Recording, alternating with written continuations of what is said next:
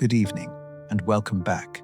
Settle in, get comfortable, and let's dim the lights on the modern world for a little while. Tonight we are going to travel back across 23 centuries to a time when the entire known world balanced on the edge of a knife, when two civilizations stared across the blue waters of the Mediterranean Sea at one another and understood, with the cold clarity that comes before great violence, that only one of them would survive. This is the story of the Punic Wars. It is a story of fire and salt, of war elephants crossing mountains no army had ever crossed before, of a single day in August when the ground of southern Italy turned red with the blood of 70,000 soldiers, and of a city so thoroughly destroyed that its very name became a synonym for total annihilation. It is a story about what happens when two civilizations, each convinced of its own destiny, decide that the world is not large enough for both of them. Between T64 BCE and 146 BCE, Rome and Carthage fought three wars across more than a century, consuming entire generations of soldiers and statesmen, reshaping the map of the ancient world and producing one of history's most studied military minds in the Carthaginian general Hannibal Barca. The name Punic comes from the Latin word for Phoenician, the ancient seafaring people from the coast of modern Lebanon who founded Carthage, and it is the Romans who gave these conflicts that name, since it was Rome that ultimately survived to write the history. When it was all over, Carthage did not exist anymore. Not weakened, not occupied, not tributary. Gone. Erased, burned for 17 days, and then covered over. Its 50,000 surviving citizens sold into slavery. Its centuries of accumulated culture, literature, and memory consumed by fire, so that we know Carthage today almost entirely through the eyes of the people who destroyed it. But we are getting ahead of ourselves. Before we can understand the wars, we have to understand the world these two civilizations inhabited. And we have to understand the two civilizations themselves, because they were genuinely different in ways that help explain everything they followed. Sit back. Let the day fall away. We are going to start at the very beginning. Carthage was born from the sea. The city traced its origins to Tyre, one of the great Phoenician port cities on the coast of what is now Lebanon, a civilization so ancient and so skilled at maritime trade that their merchants had sailed the coasts of Africa and likely Rhea. Britain centuries before Rome was anything more than a collection of mud brick huts on the hills beside the Tiber River. According to tradition, Carthage was founded around 814 BCE by a Phoenician princess named Elissa, whom the Romans later called Dido, a woman who fled political violence at home and led a band of refugees across the Mediterranean to the North African coast, where she negotiated with a local Berber king for a piece of land.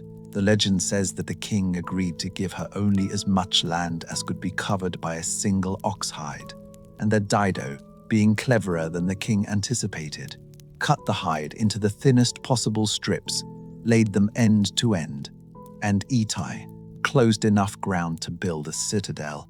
That citadel became the Byrsa, the heart of what would grow into one of the largest and most prosperous cities in the ancient world. Whether or not the legend is entirely true, what is certain is that Carthage grew from a modest trading outpost into something spectacular.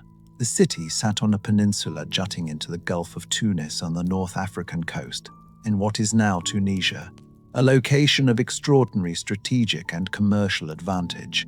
The Strait of Sicily, the narrow channel between Sicily and North Africa, was one of the most important choke points in all of Mediterranean trade, and Carthage sat right beside it.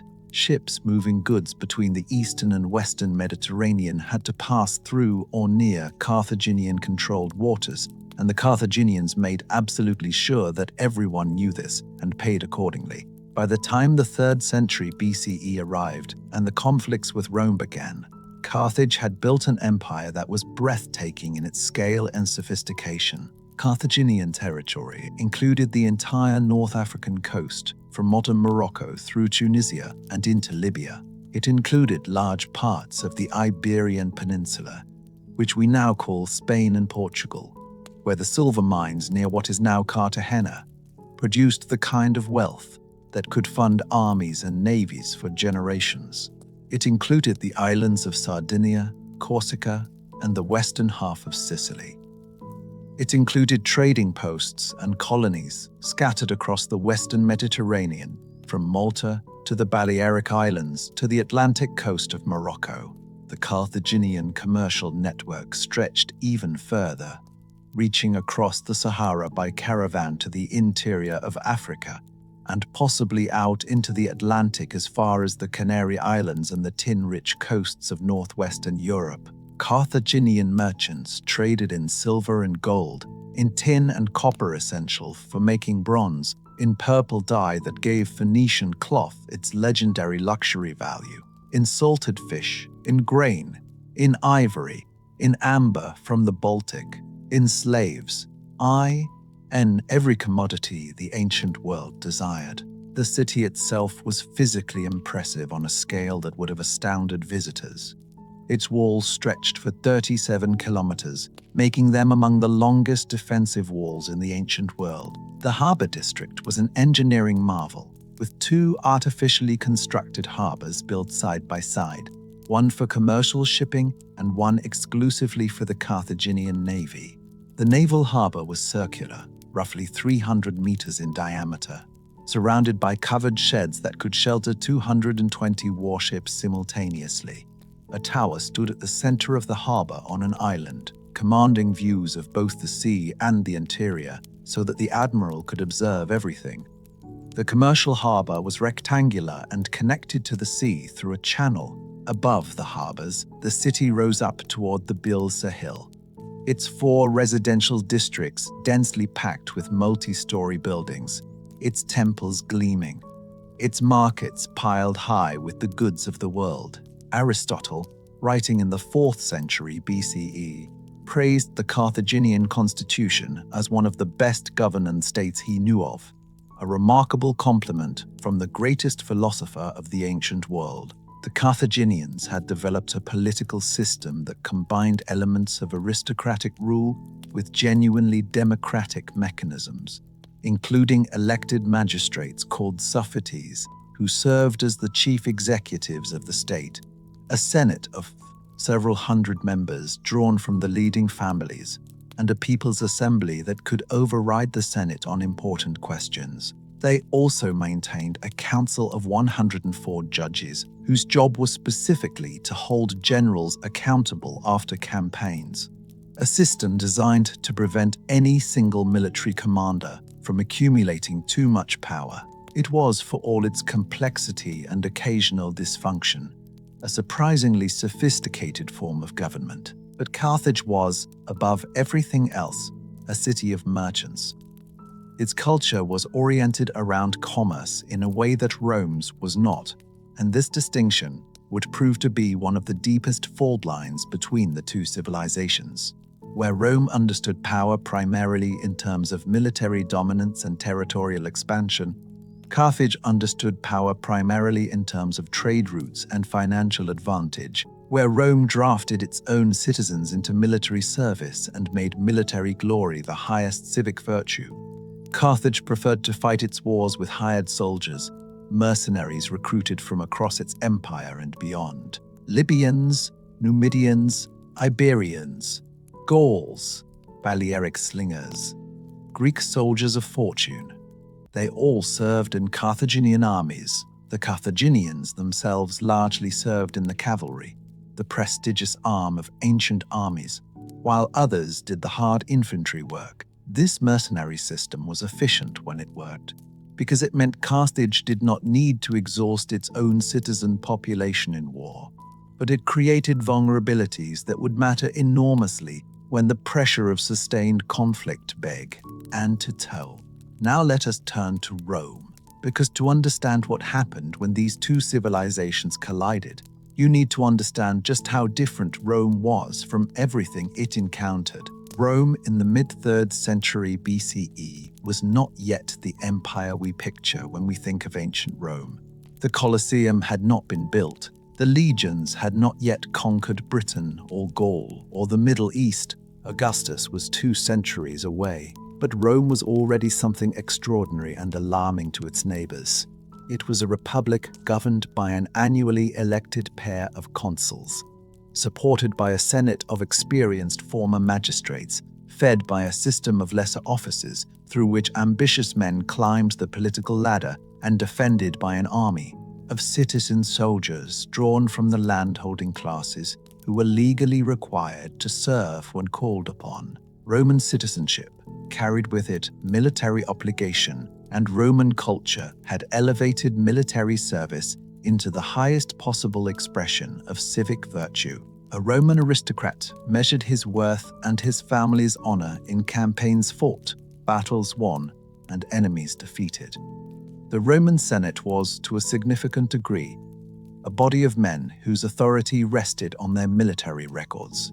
By 264 BCE, when the First Punic War began, Rome had already demonstrated its extraordinary capacity for sustained warfare by conquering the entire Italian peninsula through a series of brutal, often close-run conflicts against the Samnites, the Etruscans, the Latin cities, the Greek settlements of southern Italy, and the invading forces of the Greek king Pyrrhus of Epirus, who had crossed to Italy with war elephants and repeatedly defeated Roman armies before ultimately Isaiah ousting himself and departing, coining the phrase that gives us the term Pyrrhic victory. Rome had absorbed each defeat, recruited new armies, and kept fighting.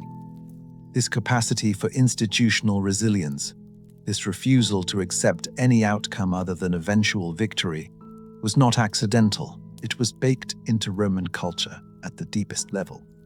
Surrender was not a Roman concept. Defeat was a temporary condition.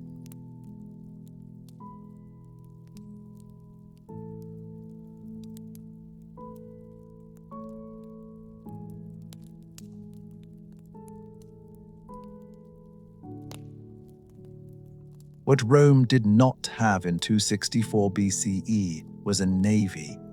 It had virtually no naval tradition and no ships capable of fighting the Carthaginian fleet. This was not considered a major problem, since Rome's wars until that point had all been fought on land. The fact that Rome would need to build a fleet from nothing and learn to fight at sea in order to compete with the most powerful maritime civilization in the Western Mediterranean was not a limitation Rome chose to accept. It was simply another problem to solve. The world these two civilizations shared in the middle of the 3rd century BCE was one where the Mediterranean Sea was not merely a body of water, but the engine of civilization itself. The Greeks called it the sea, as though there were no other. Everything important happened either on it or beside it. Cities grew where ships could anchor. Wealth flowed where trade routes ran. Power accumulated where both were controlled. And in 264 BCE, two civilizations who had previously managed to coexist through a mixture of treaty obligations, commercial relationships, and mutual respect for one another's sphere of influence found themselves drawn into conflict over a piece of land neither of them fully owned, in a dispute neither of them had started, in a confrontation that neither of them perhaps entirely intended. That piece of land was Sicily, the large triangular island at the toe of the Italian boot, separated from the Italian mainland by the Strait of Messina and from North Africa by the Strait of Sicily. Sicily was not terra incognita. It had been fought over for centuries. The Greeks had colonized its eastern coast, building great cities including Syracuse, which at its peak in the 5th century BCE had been among the largest and most powerful cities in the Greek world. The Carthaginians had controlled much of the western end of the island for generations, maintaining powerful fortified positions at Lilybaeum, at Drepana, at Panormus. The island sat precisely at the intersection of Carthaginian and now Roman spheres of influence, like a question mark hanging over the future of the Western Mediterranean. The spark that ignited everything came not from Rome or Carthage, but from a band of Italian mercenaries called the Mamertines, soldiers of fortune who had originally been hired by Syracuse and who had, after their services were no longer needed, seized the city of Messana at the northeastern tip of Sicily by violence, massacring the male population, taking the women and property for themselves, and establishing themselves as a kind of pirate state controlling the strait. When Syracuse finally moved against them with enough force to pose a real threat, the Mamertines panicked and looked for outside help. They sent embassies to both Carthage and Rome asking for protection. This put both powers in an awkward position. The Carthaginians arrived first, stationing a garrison in the city's citadel, which satisfied their immediate interests, but alarmed the Romans. Rome's assembly debated the matter at length. They had no formal obligation to the Mamertines, who were not Roman citizens, but they were acutely aware of what it would mean if Carthage were to consolidate control over Messana, because from there, Carthaginian power would look directly across the narrow strait at the Italian mainland. The debate was genuine and the decision was not easy, but eventually Rome voted to send a force to Sicily. When Roman troops arrived in Messana, the Mamertines switched sides, expelled the Carthaginian garrison, and aligned themselves with Rome. Carthage was furious, and with that fury, a 23-year war began. The First Punic War was, in many ways, the strangest war of the three. It was a war in which the ostensible combatants spent most of their time and energy fighting someone who was not quite the enemy they had expected, learning capabilities they had never needed before, and discovering through terrible experience beneath the shape of the adversary they faced. For Rome, the war was an education in sea power. For Carthage, it was a lesson in what happens when you underestimate an opponent's capacity to adapt. In the opening phases of the conflict, Rome did what Rome always did well, which was fight on land. Roman legions moved through Sicily, winning battles against Carthaginian forces and their allies, capturing cities, pressing the Carthaginians back toward their fortified strongholds on the western end of the island.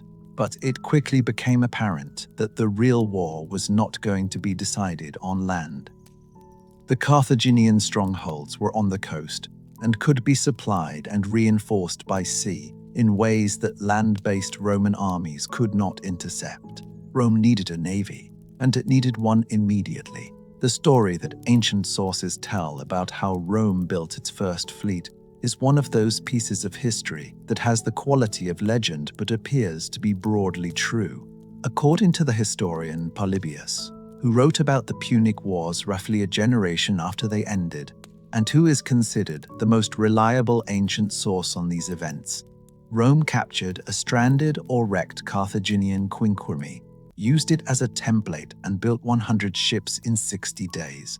Whether or not the 60-day figure is accurate, what is certain is that Rome built a fleet with extraordinary speed, trained crews who had never rowed a warship to do something they had never done, and then went looking for the Carthaginian navy. The quinquereme was the standard warship of the period, a large galley powered by banks of oarsmen arranged in a complex system that historians still debate in its exact configuration, but which produced a vessel roughly 40 meters long, capable of ramming speed of around 7 knots and carrying a crew of around 300 men including oarsmen, deck crew and marines. Carthaginian quinqueremes were masterpieces of naval engineering, crewed by experienced sailors who had grown up on the sea and who had inherited generations of maritime tradition. Roman quinqueremes were built by people who were largely learning as they went, crewed by men who would have preferred to be fighting on land. The Romans understood this disadvantage and responded to it with a characteristic combination of practical ingenuity and sheer aggression. They invented the corvus, a device that would change the character of naval warfare entirely. The corvus was essentially a boarding ramp, a heavy wooden platform about 4 feet wide and 36 feet long, fitted with a heavy iron spike on its underside and mounted on a rotating pole in the prow of the ship. When a Roman ship got close enough to an enemy vessel, the corvus was dropped. The spike bit into the enemy deck.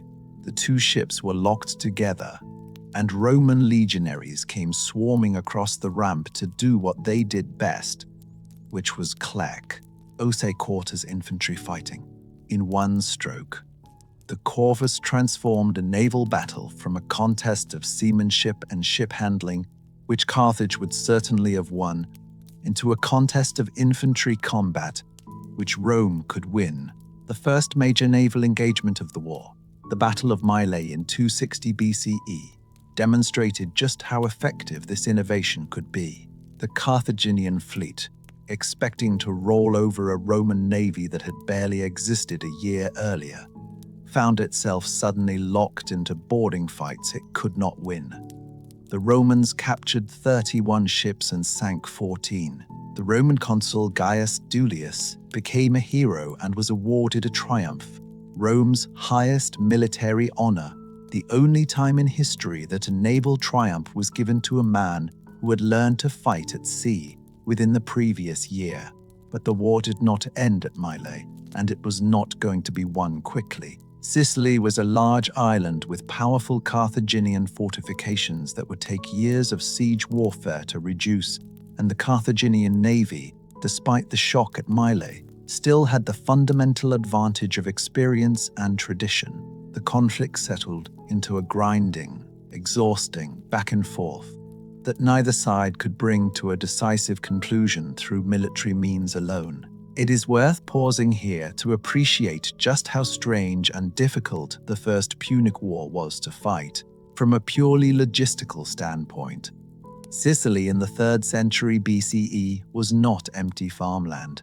It was a complex island with a long history of its own, populated by Greeks, Sicels, Sicans, and various other groups, dotted with substantial cities, some of which had their own military traditions and political interests that did not map easily onto either Rome or Carthage. The Carthaginian strongholds in the west of the island, particularly Lilybaeum on the extreme western tip and Drepana slightly to the north, were exceptionally well-fortified cities built on peninsulas or promontories that made them almost impossible to take by direct assault. To capture them, you had to besiege them.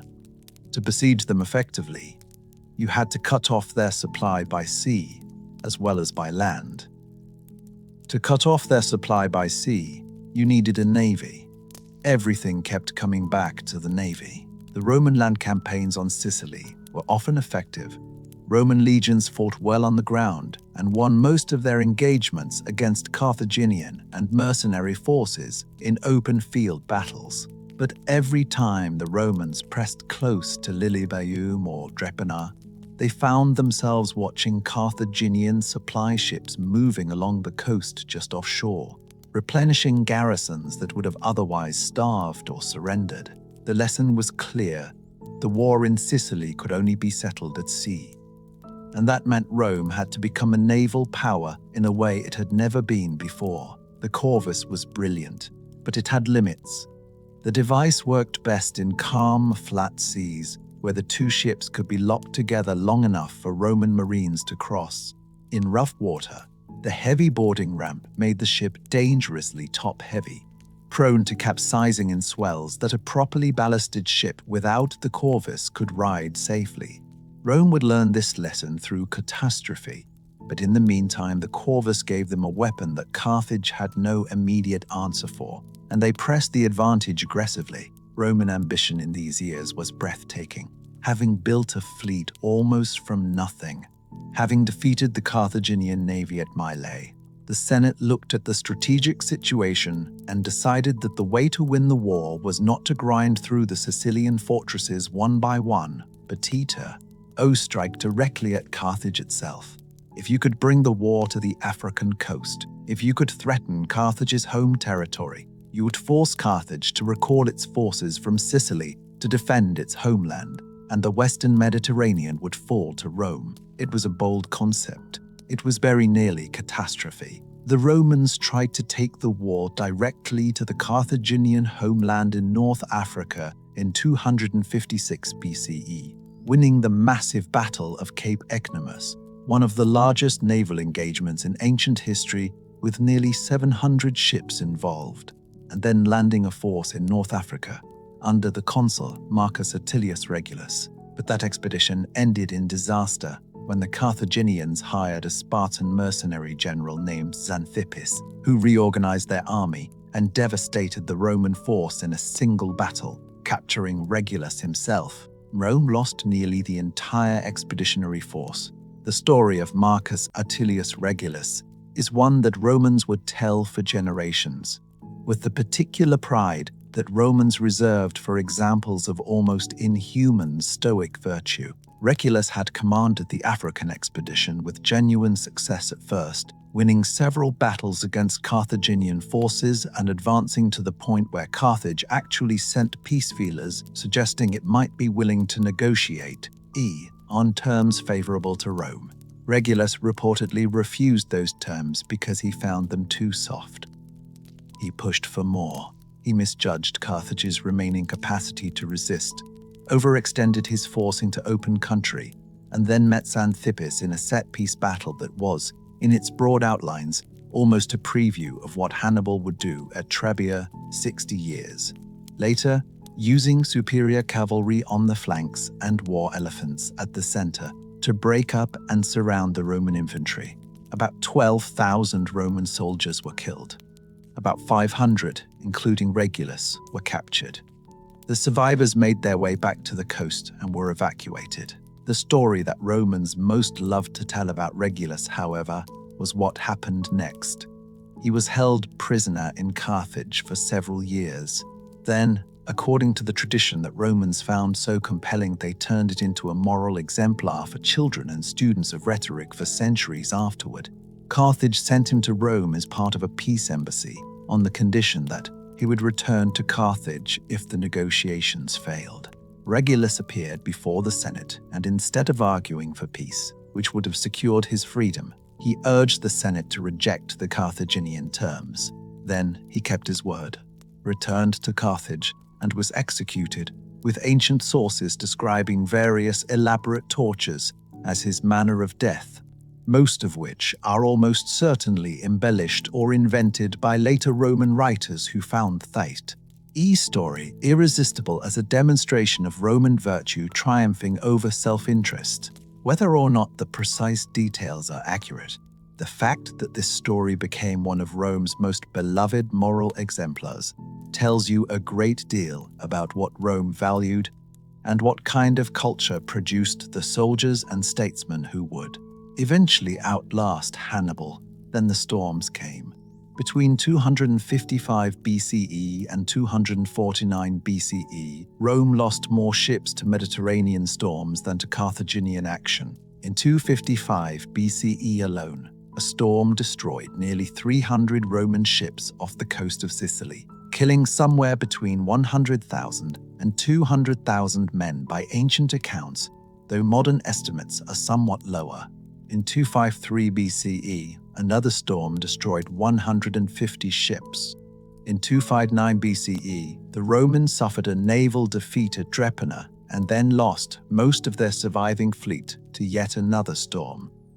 These were not small setbacks. These were catastrophes on a scale that would have broken most states and caused most armies to sue for peace. Rome did not sue for peace.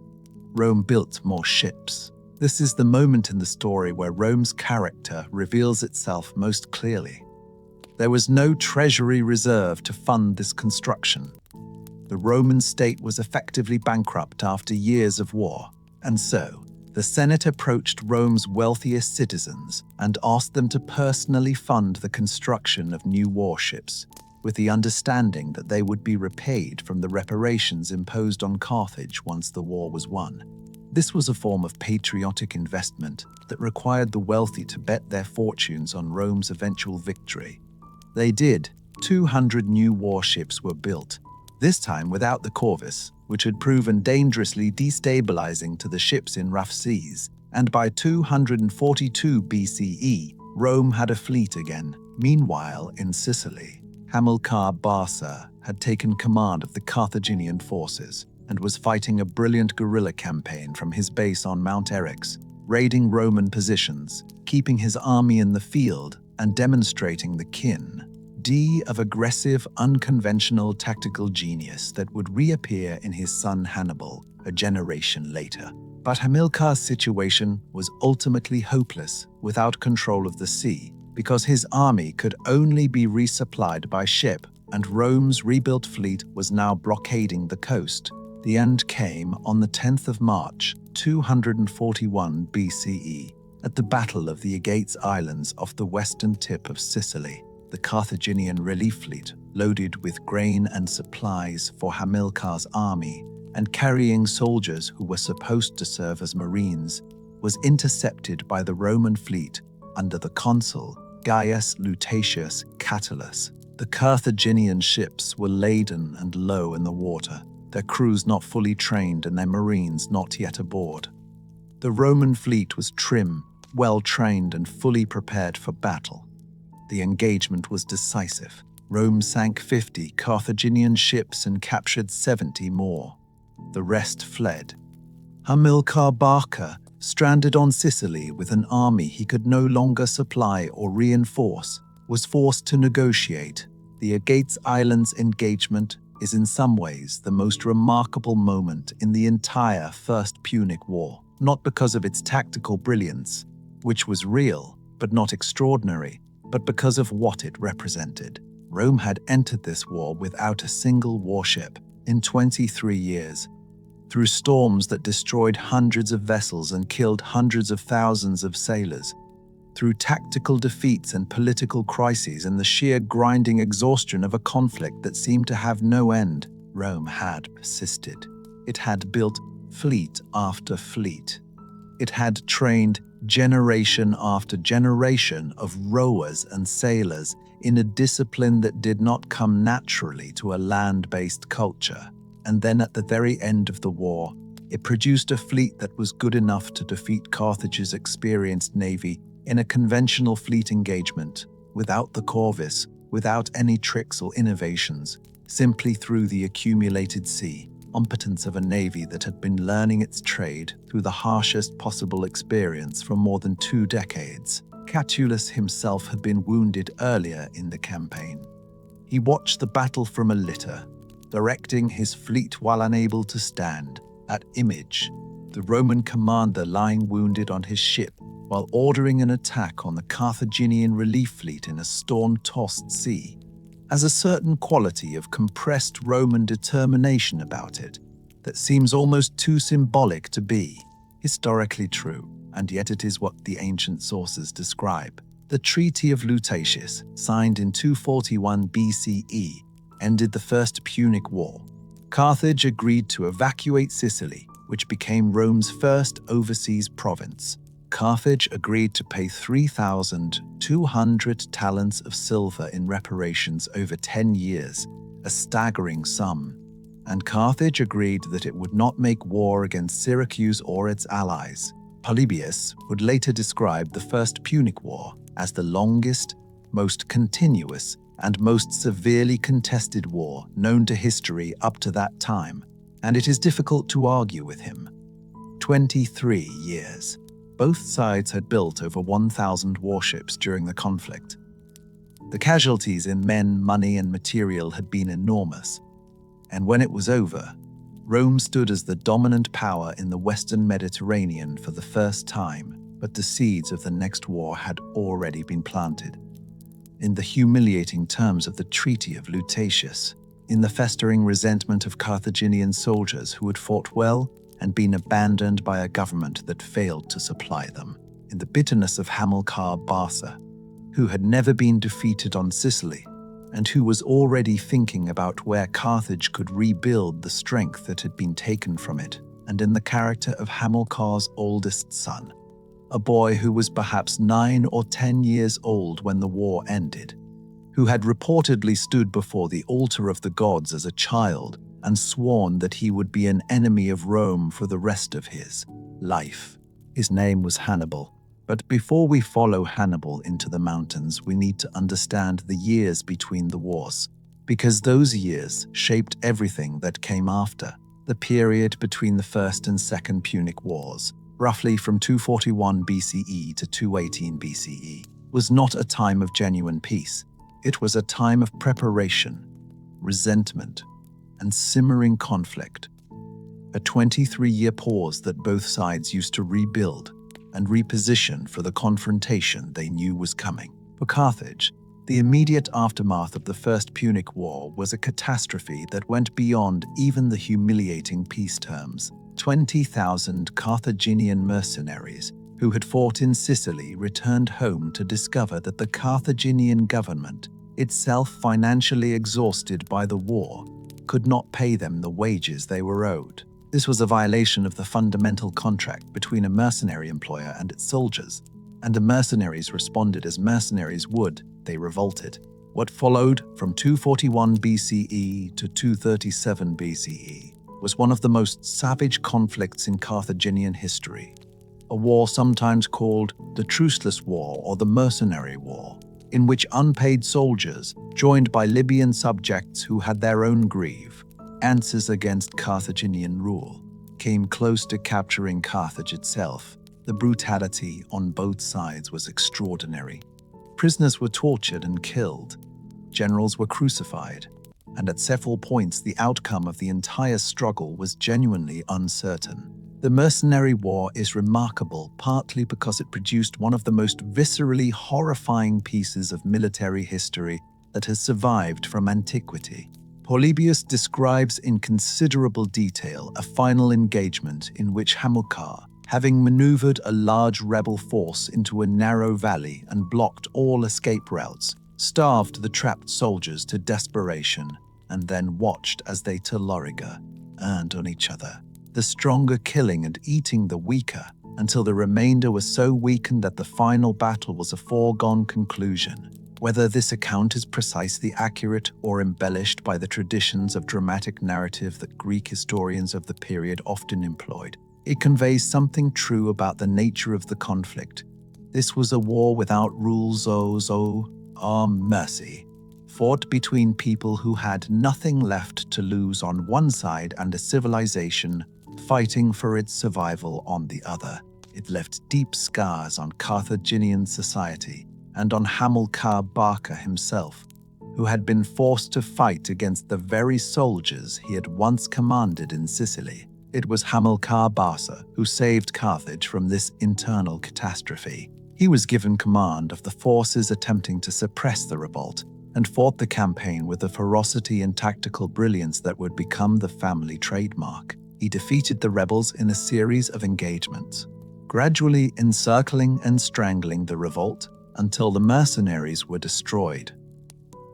But the experience left deep marks on Carthage. It revealed how dependent the city had become on mercenary forces it could not always control or pay, and it deepened the resentment of those within Carthage who felt that the war with Rome had been fought poorly and the peace had been oxy, pitted too easily.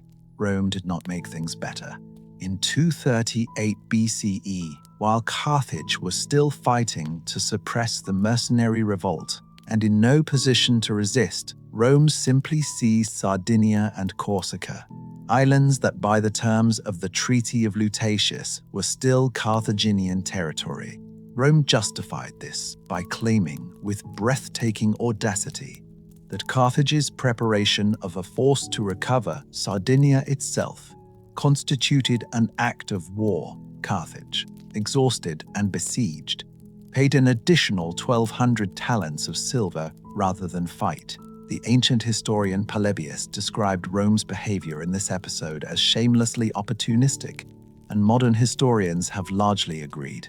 This naked act of territorial robbery was, in Polybius's view, one of the primary causes of the Second Punic War, because it demonstrated to Carthage that Rome would not honor agreements, that Rome's appetite for Carthaginian territory will not be satisfied by any treaty, and that the only language Rome truly understood was force. It was in this atmosphere of wounded pride and burning resentment that Hamilcar Barca developed the strategy that would define the next generation of conflict. If Carthage could not fight Rome at sea, and if the wealth of the empire in the western Mediterranean had been stripped away by Roman victory, then Carthage would have to build a new base of power somewhere Rome could not easily reach. That place was Spain. The Iberian Peninsula was enormously rich in natural resources, particularly silver and copper, and it had a large population of fierce, experienced warriors from whom Carthage could recruit soldiers of a quality that hired mercenaries could not match. In 237 BCE, Hamilcar Barca sailed to Spain with an army and began the systematic conquest of the south and east of the peninsula. He ruled not merely as a general, but effectively as a king, extending Carthaginian power through a combination of military force and diplomatic skill, building alliances with local tribes, founding the city of Acre, which the Romans Este would later call Alicante, and accumulating the silver revenue that would eventually fund a new challenge to Rome. He brought his sons with him, and among those sons was the boy Hannibal, who grew up in military camps, learning warfare from his father in the most direct possible way. The Spain that Hamilcar was conquering was not an empty frontier.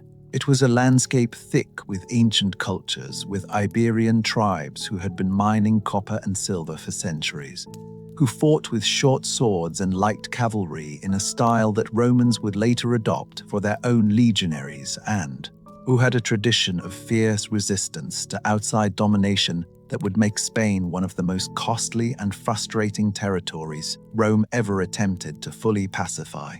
The silver mines near what would become Cartagena, the city Hamilcar's son-in-law Hasdrubal founded as Nova Carthago, New Carthage, were producing at their peak something like 300 pounds of silver per day during the period of Carthaginian exploitation, according to ancient sources. This was the financial engine that made everything Hannibal would later do possible.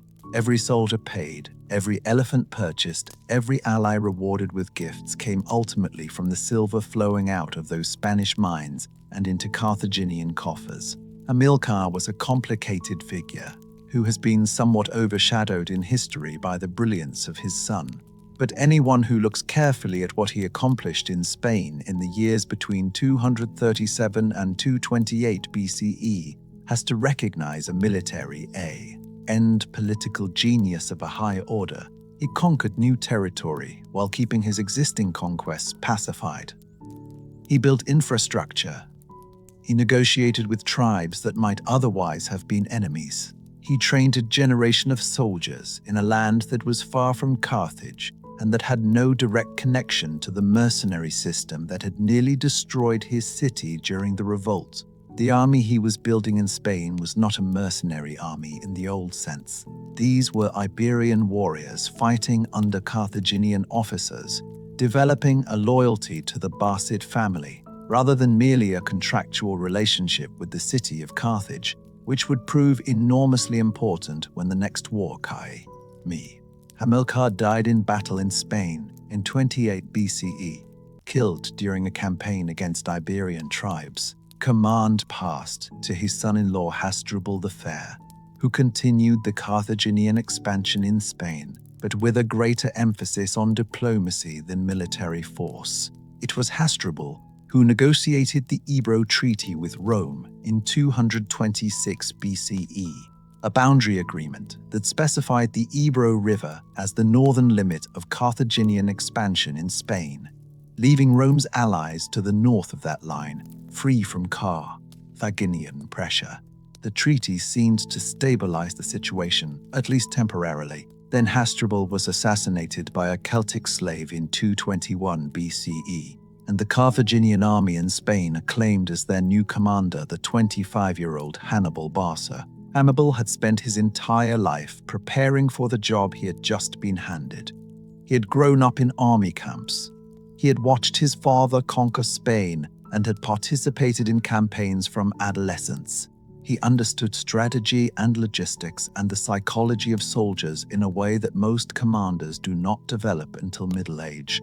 He was, by all accounts, a leader who inspired fierce personal loyalty, who led from the front, who ate the same food as his soldiers and slept among them on campaign. He had already developed a reputation for tactical creativity, for the willingness to take calculated risks that conventional commanders would not consider. He also had his father's burning hatred of Rome and his childhood oath to be an enemy of Rome all his life. Within 2 years of assuming command, he moved against Saguntum. Saguntum was a city on the eastern coast of Spain, south of the Ebro, which placed it technically within the Carthaginian sphere of influence, as defined by the treaty with Hasdrubal.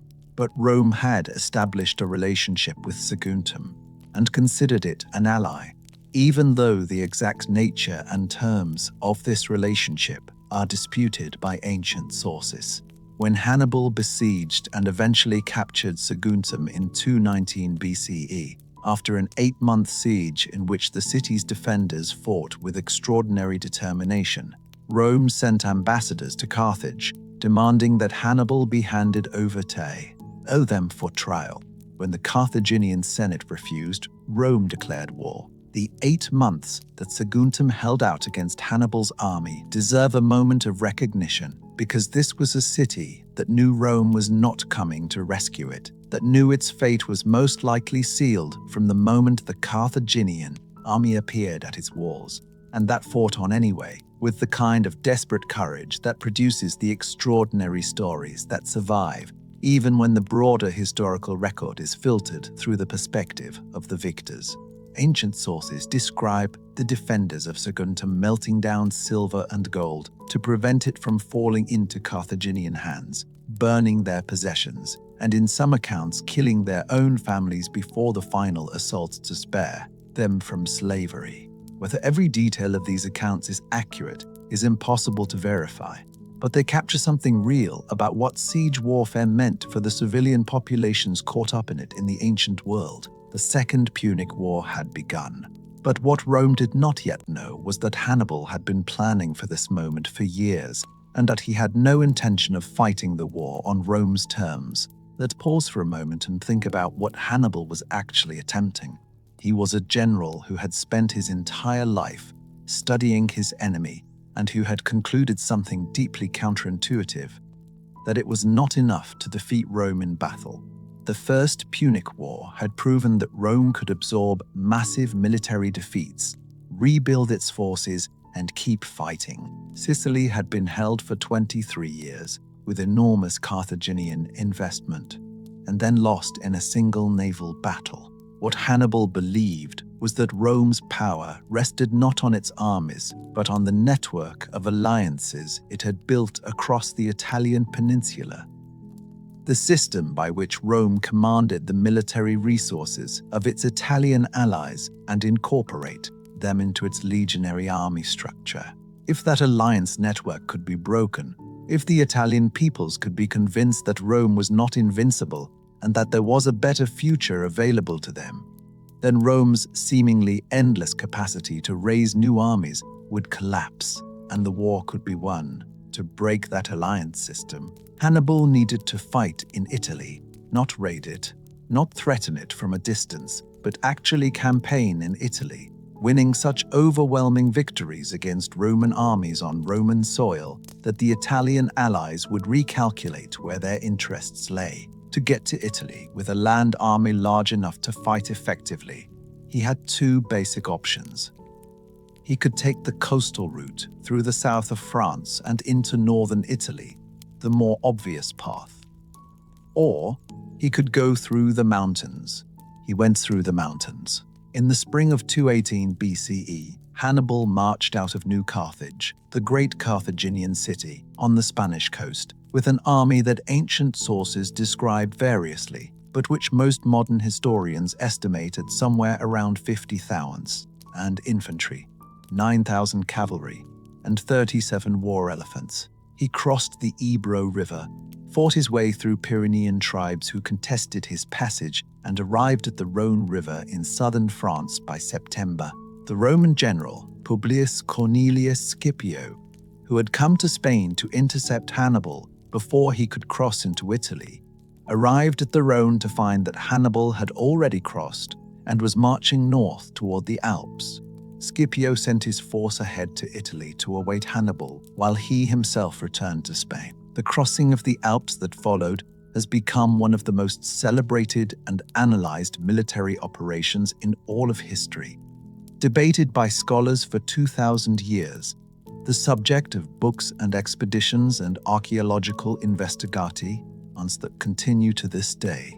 The exact route Hannibal took remains disputed, though the most recent archaeological and geological evidence points toward the Col de la Travisette, one of the higher and more difficult passes in the Western Alps, in the area near what is now the French-Italian border in the region of the Queyras. Regardless of the exact route, what is beyond dispute is that Hannibal led his army through the Alps in late autumn, facing not only the physical challenge of the mountains, but also attacks from mountain tribes who saw the column of soldiers and animals as an opportunity for plunder. Imagine what this journey must have been like.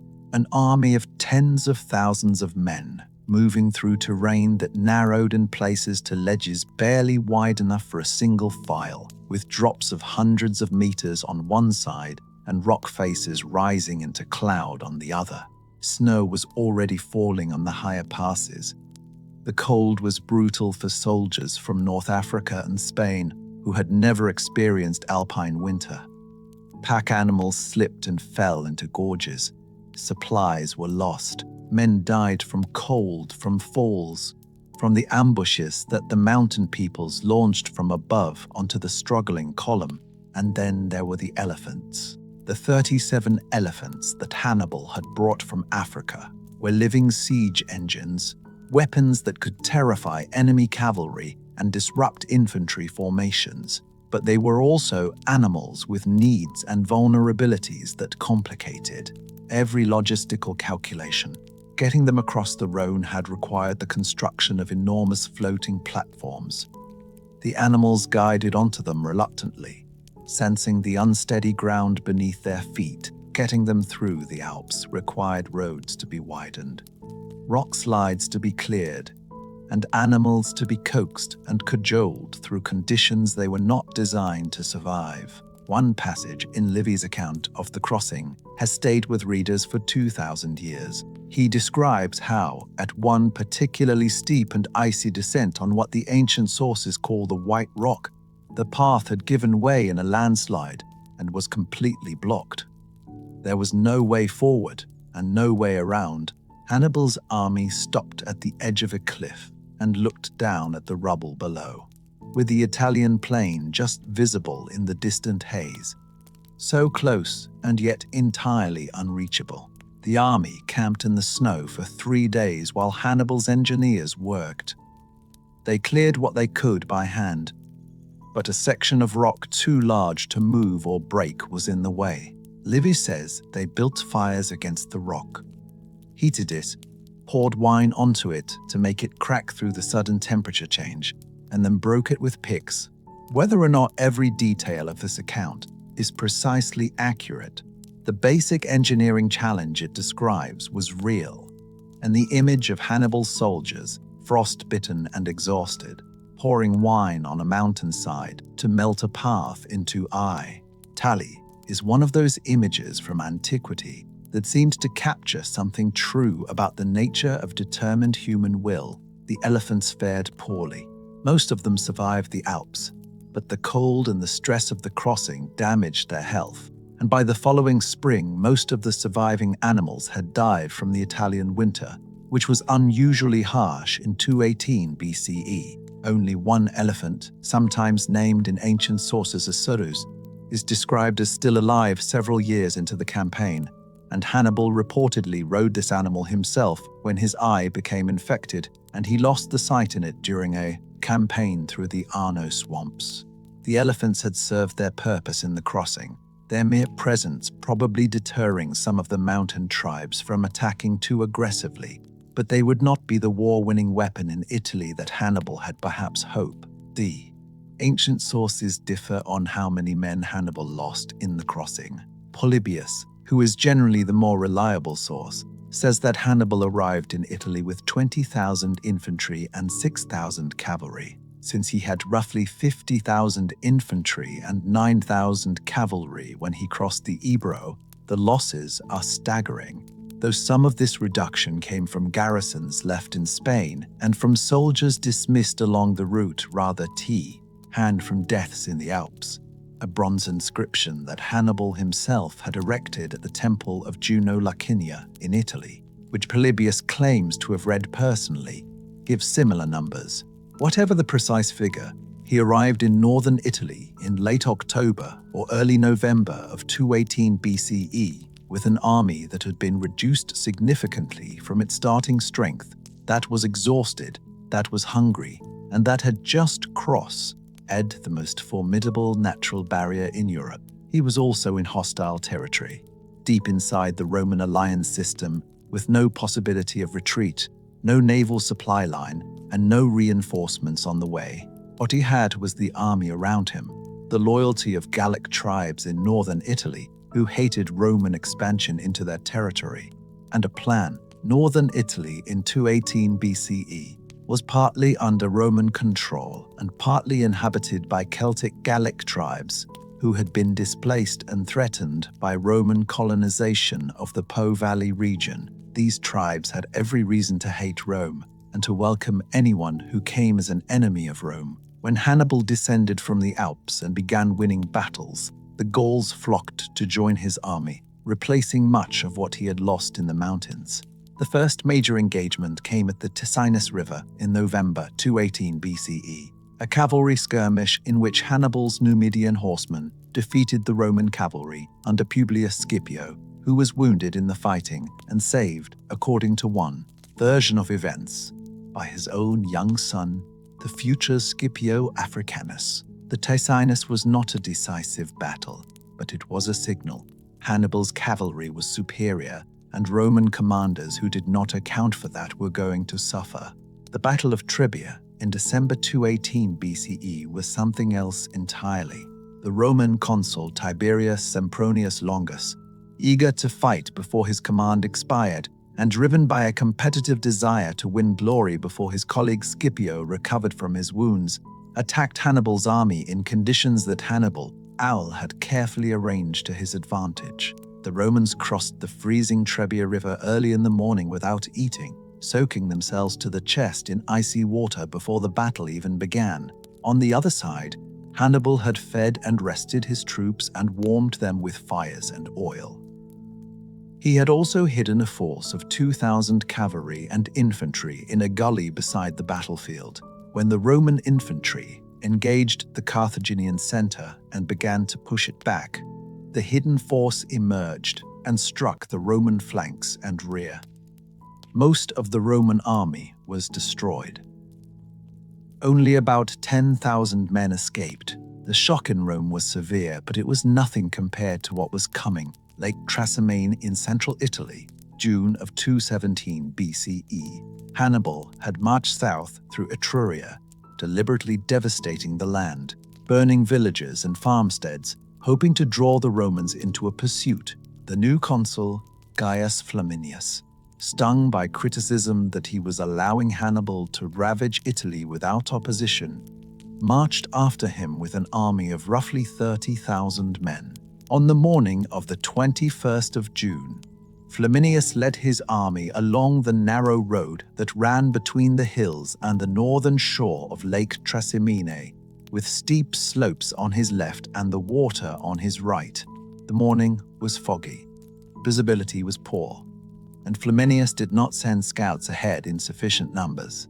Hannibal had positioned his army in the hills above the road, stretched along the entire length of the defile. When the Roman column was fully committed to the narrow passage, Hannibal gave the signal. The Carthaginian and Gallic forces swept down from the hills on all sides simultaneously. The Romans had no room to form proper battle lines. The carnage that followed was so sudden and so complete that it was practically over before many of the soldiers of the rear of the column knew the battle had begun. About 15,000 Romans were killed in approximately 3 hours. Flaminius himself was killed in the fighting. Another 10,000 managed to break through and escape, only to be captured the following day by Carthaginian cavalry. It was one of the worst ambushes in Roman history, and it left the road to Rome essentially open. The peculiar terror of Trasimene lies partly in what ancient sources record about the lake itself during the battle. The fighting was so intense, so immediate, so chaotic that many Roman soldiers, trapped between the Carthaginian charge from the hills and the water behind them, simply ran into the lake, men in full armor panicking, plunging into the shallows and then into water over their heads. Some drowned in the lake still wearing their equipment, unable to strip it off in time. Others waded out until the water was chest high and continued fighting from there. It is an image of chaos so complete that even the geography conspired to make the defeat absolute. There was nowhere to retreat that was not either a hill full of enemies or a lake. For the soldiers at the front of the Roman column, the battle came without warning, from every direction at once. On a foggy morning when the visibility was so poor that some of them may not have seen their attackers clearly until those attackers were on top of them. In Rome, panic. The Senate appointed a dictator, a temporary office of supreme command held in emergencies, in the person of Quintus Fabius Maximus. Fabius was an experienced old soldier who understood Hannibal's game and had no intention of playing by the rules Hannibal was setting. His strategy was simple: do not fight pitched battles. Follow Hannibal at a distance, harass his foraging parties, cut off stragglers, deny him supplies, and let the Italian countryside slowly drain the Carthaginian army of men and material without giving Hannibal the decisive battle he needed. It was a strategy of deliberate frustration, and it worked after a fashion, but it enraged large sections of Roman opinion who felt that allowing Hannibal to burn and plunder through central Italy without opposition was a humiliation that Rome could not afford politically or morally. The critics of Fabius called him Cunctator, the delayer, as an insult.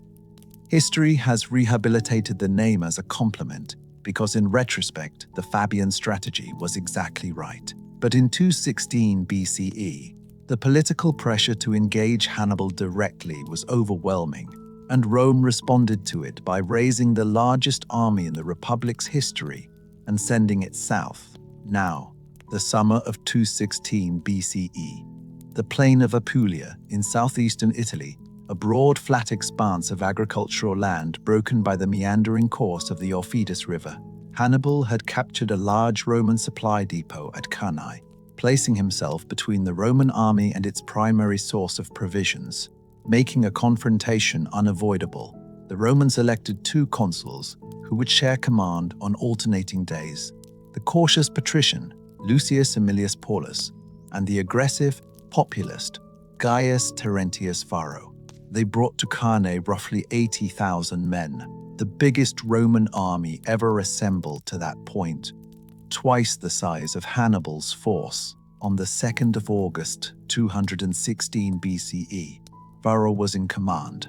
He arranged the Roman infantry in an unusually deep formation, stacking the legions into a dense mass designed to punch through whatever stood in front of it through sheer weight of numbers. It was the Roman way of war, reduced to its brutal essence.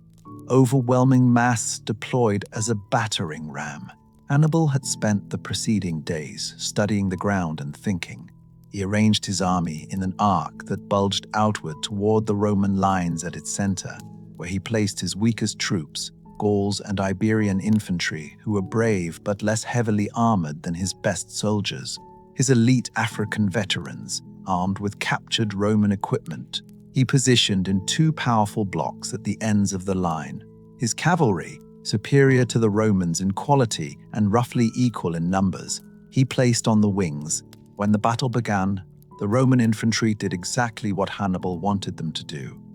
They drove forward into the bulging Carthaginian center, and began to push it back. As the center gave ground, the Romans pressed harder, packing in from behind, compressing into a tighter and tighter mass. The arc of Hannibal's line began to reverse, curving inward now as the Romans pushed through, and the Roman formation, already dense, became denser. The men, unable to swing their swords freely, packed so close together that some could barely raise their arms. At that moment, the African veterans on the flanks pivoted inward and hit the compressed Roman mass from both sides simultaneously. Hannibal's cavalry, which had already routed the Roman horsemen on both wings, swung around and hit the Roman formation from the rear. In less than an hour, the largest Roman army ever assembled was completely encircled. What followed was not a battle. It was a killing field. The Romans were packed so tightly they could barely move. They could not retreat because there was nowhere to go. They could not break through because the press of their own comrades held them in place. The Carthaginians worked methodically around the perimeter of the encirclement, cutting and thrusting. The killing continued for hours. Ancient sources give Roman casualties of between 55,000 and 70,000 dead, with additional thousands captured. The consul Aemilius Paulus was killed. 28 of the 40 tribunes present died. Up to 80 Romans of senatorial or near senatorial rank perished in a single afternoon. Around 20% of all Roman males of military age are estimated to have died at Cannae. Hannibal had achieved what military historians would later call the perfect battle of annihilation, a double envelopment so complete and so devastating that it would be studied in military academies for the next 2,000 years. Dwight Eisenhower, the supreme Allied commander in the Second World War, would later write that every ground commander seeks the battle of annihilation, and that Cannae was the archetype. Alfred von Schlieffen, the German general whose war plan for the First World War was literally called the Schlieffen Plan, designed it around the concept of a vast Cannae executed on an entire country. Napoleon studied it. Frederick the Great studied it. The double envelopment that Hannibal executed at Cannae is one of the most influential tactical concepts in the history of warfare. One of Hannibal's cavalry commanders, a man named Hannibal, reportedly urged Hannibal immediately after the battle to ride for Rome at once. His cavalry could be at the walls of Rome before the city even knew what had happened. Hannibal refused, and Hannibal said something that became one of history's most famous military observations. "You know how to win a victory, Hannibal, but you don't know how to use one." The debate over whether Hannibal should have marched on Rome after Cannae has occupied historians ever since. Could he have taken the city?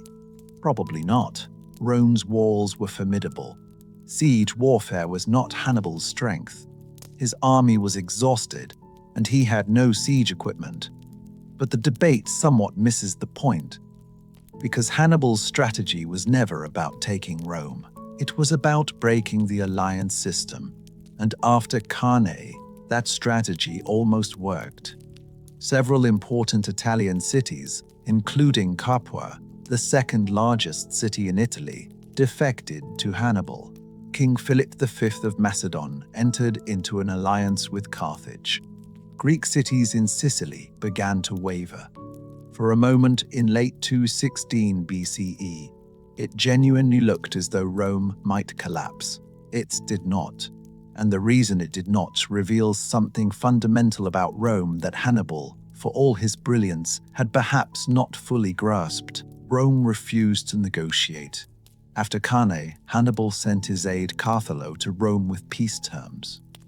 Rome refused even to receive him.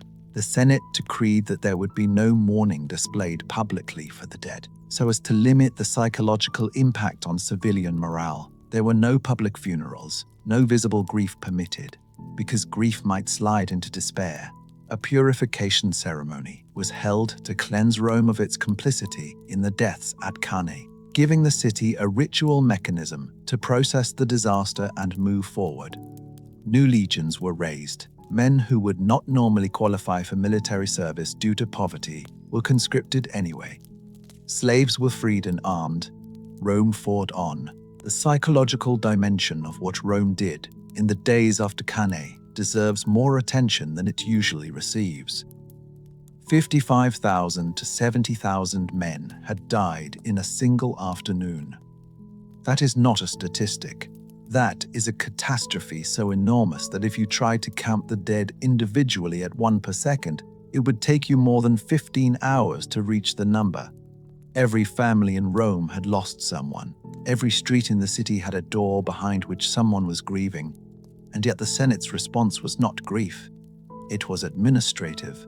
More soldiers, more ships, more money, more war. Part of what made this psychologically possible was Rome's extraordinarily powerful ideological framework around military service and sacrifice. Romans genuinely believed that dying for Rome was not merely honorable, but was the highest possible form of human achievement.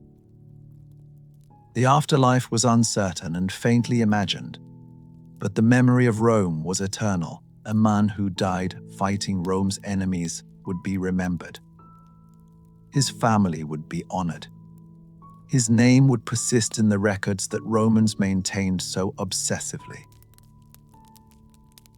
This was not a modern secular nationalism. It was something deeper and older, a form of civic religion in which Rome itself was the sacred object, and sacrifice on its behalf had a genuinely religious dimension that gave meaning to deaths that might otherwise have seemed simply waste.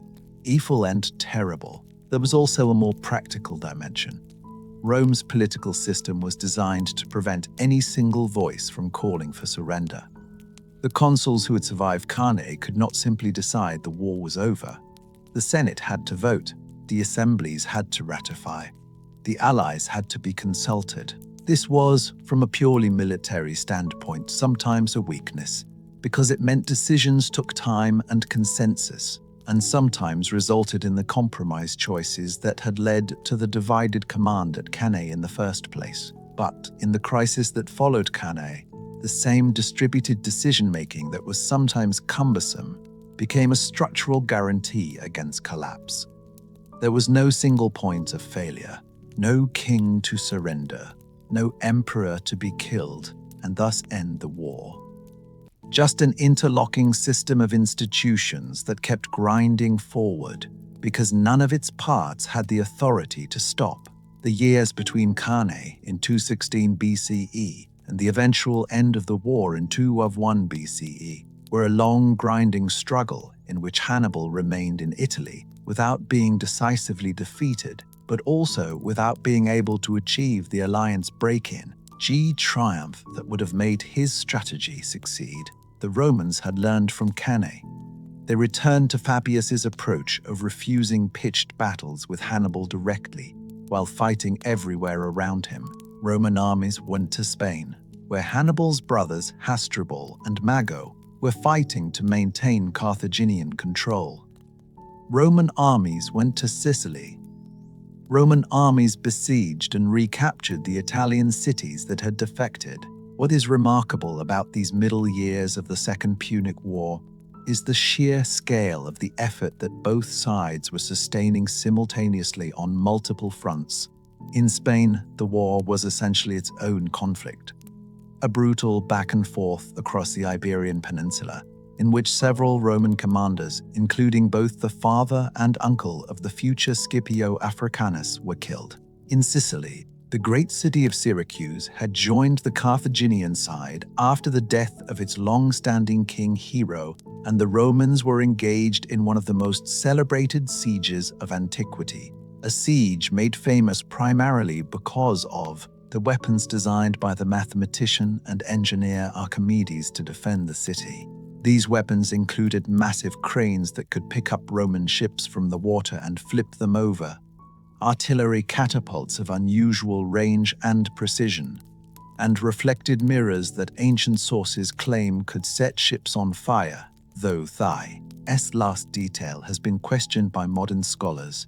The siege of Syracuse lasted from 213 BCE to 220 BCE, and when the city finally fell, the Roman general Marcellus reportedly wept when he saw it from a hill above, moved by the beauty of a city he was about to pillage. This story comes to us from Plutarch, writing centuries later, and whether it is literally true or a later idealization of Marcellus's character is difficult to say, but it rings true to the Roman tradition of combining destruction with gen. You win cultural admiration for what was being destroyed. Archimedes was killed by a Roman soldier during the sack, reportedly while still working on a mathematical problem in the dust. Marcellus had given orders that he be spared, and the general mourned his death when the news reached him. Based on the Byzantine scholar John Sitzes' calculation that Archimedes lived for 75 years, he was approximately that age when he died, though ancient sources are not entirely consistent on the figure. Meanwhile, in Italy itself, Hannibal's situation was deteriorating in ways that were invisible from a purely tactical perspective. He was winning the battles he chose to fight. He was not losing ground to the Romans when they met him in the field, but he was not gaining ground either, and the cities that had defected to him after Cannae were discovering that Hannibal could not actually protect them from Roman punishment. Capua, the most important of the defecting cities, fell to Rome in 211 BCE after a long siege, and the Romans punished it with savage severity. The leading citizens were executed. The population was stripped of its political rights. The land around the city was confiscated and declared Roman public property. The message was clear. Defection to Hannibal was not a path to security. It was a path to destruction, and as that message spread through the Italian alliance, the cities that had not yet defected looked at Capua and stayed loyal to Rome. Hannibal remained in southern Italy, still undefeated in the field, still capable of winning engagements when the Romans were careless enough to give him the opportunity, but increasingly constrained. Carthage, torn between its peace faction and its war faction, sent reinforcements that were insufficient and too late. In 207 BCE, Hasdrubal Barca crossed the Alps himself with a relief army, attempting to join his brother in Italy, but was intercepted and killed at the Battle of the Metaurus River before he could make the link-up. When the Romans had Hasdrubal's severed head thrown into the Carthaginian camp, the message could not have been clearer. Hannibal was alone. The Battle of the Metaurus River deserves more attention than it typically receives in histories that quite understandably focus on Cannae. In many ways, it was the decisive engagement of the Second Punic War. Even though it was not fought by Hannibal, Hasdrubal had successfully crossed the Alps in the spring of 207 BCE. A remarkable achievement in itself, repeating his brother's audacious route with an army that, while smaller than Hannibal's original force, was still a substantial military power. He sent messengers to his brother in the south to coordinate their junction, and it was at this point that Roman intelligence, which had been improving throughout the long years of the war, performed one of its most consequential acts. The messengers carrying Hasdrubal's letter were captured.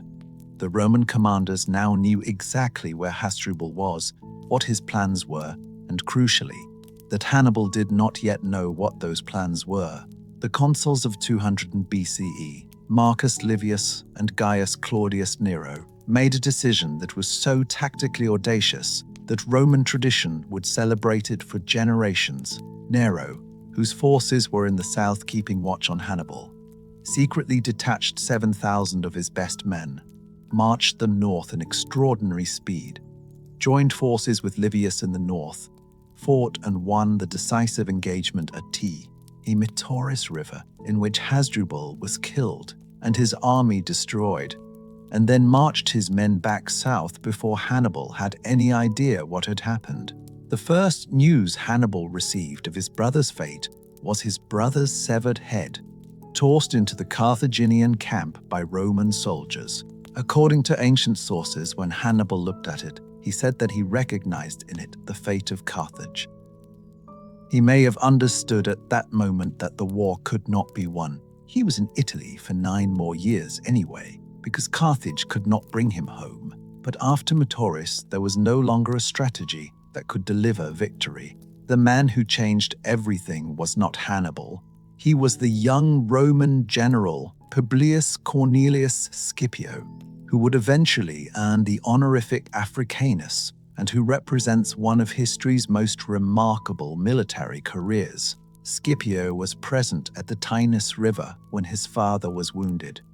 He was present at Cannae, where he lost relatives and colleagues and watched the worst defeat in Roman history. He was around 25 or 26 years old when he volunteered for the command in Spain, the only man willing to take a position that most experienced soldiers considered suicidal. Ancient sources give slightly varying figures for his exact age, but all agree he was strikingly young for a command of this magnitude, and that his inexperience by Roman standards was precisely what made the appointment so unconventional. Scipio is one of those historical figures who seems almost too good to be true. A man of extraordinary military talent who also combined diplomatic skill, personal charm, and something genuinely unusual in the Roman military tradition. And I, nurturist in studying and understanding his enemies rather than simply defeating them. Ancient sources describe him as having a gift for languages and a habit of talking to prisoners and foreign leaders with a curiosity and respect that was unusual for a Roman commander of his time. He was also, according to the same sources, deeply religious in a personal way, in the habit of spending time alone in the Temple of Jupiter on the Capitol Hill before making major decisions, an attribute his critics attributed to superstition, Ion or political theater, and his supporters attributed to genuine divine favor. Whether or not Jupiter was actually giving him strategic advice, the decisions Scipio made in Spain were consistently excellent. The capture of New Carthage in 209 BCE was a masterpiece. The city was the main Carthaginian base on the peninsula, containing the treasury that funded Carthaginian operations in Spain. Large stockpiles of weapons and supplies, and several hundred hostages from Spanish tribes that Carthage was in gear security for their loyalty. Scipio attacked on the day when the main Carthaginian field armies were at a distance, having identified through intelligence that the garrison was relatively small. He combined a direct assault on the land walls with a naval attack from the lagoon side, timing the two attacks to coincide and divide the defenders' attention. He also used a piece of local geographical knowledge that he had obtained from local fishermen. At certain states of the tide, the lagoon on the north side of the city became shallow enough to wade. His soldiers waded through water, up to their navels, and came up the walls on the side the Carthaginians had considered impassable. New Carthage fell in a single day. What Scipio did next was equally shrewd. He released the Spanish hostages to their families, winning the gratitude and loyalty of the tribes who had been coerced into supporting Carthage, and he treated the local population of New Carthage with relatively restrained moderation, compared to normal Roman practice, stopping the plunder while it was still limited. These were not just acts of personal virtue, they were calculated moves in the campaign for Spanish loyalty that paid dividends in the years ahead. In the following years, Scipio continued to press Carthaginian power in Spain with the same combination of boldness and psychological acuity. He defeated Hasdrubal Barca at the Battle of Bucula in 208 BCE, and though Hasdrubal escaped with much of his army to make his own fateful crossing into Italy, Scipio drove the remaining Carthaginian forces out of Spain entirely by 206 BCE. At the decisive Battle of Ilipa, cutting off Hannibal's last potential source of reinforcements from the peninsula. Throughout all of this, he was demonstrating a tactical creativity, clearly influenced by his study of Hannibal himself. Adapting Hannibal's own methods of flexible, combined arms warfare and turning them against the Carthaginians who had entered them. When Scipio returned to Rome and proposed carrying the war to Africa, invading the Carthaginian homeland and forcing Hannibal to return to defend it, The political opposition was intense. Fabius Maximus, the great cunctator himself, argued against it as too dangerous.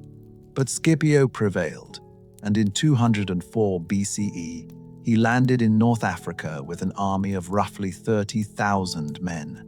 The North African campaign was a masterclass in the combination of military skill and diplomatic strategy. Scipio formed an alliance with the Numidian prince Massinissa, who had switched sides from Carthage and who commanded the finest cavalry in the region.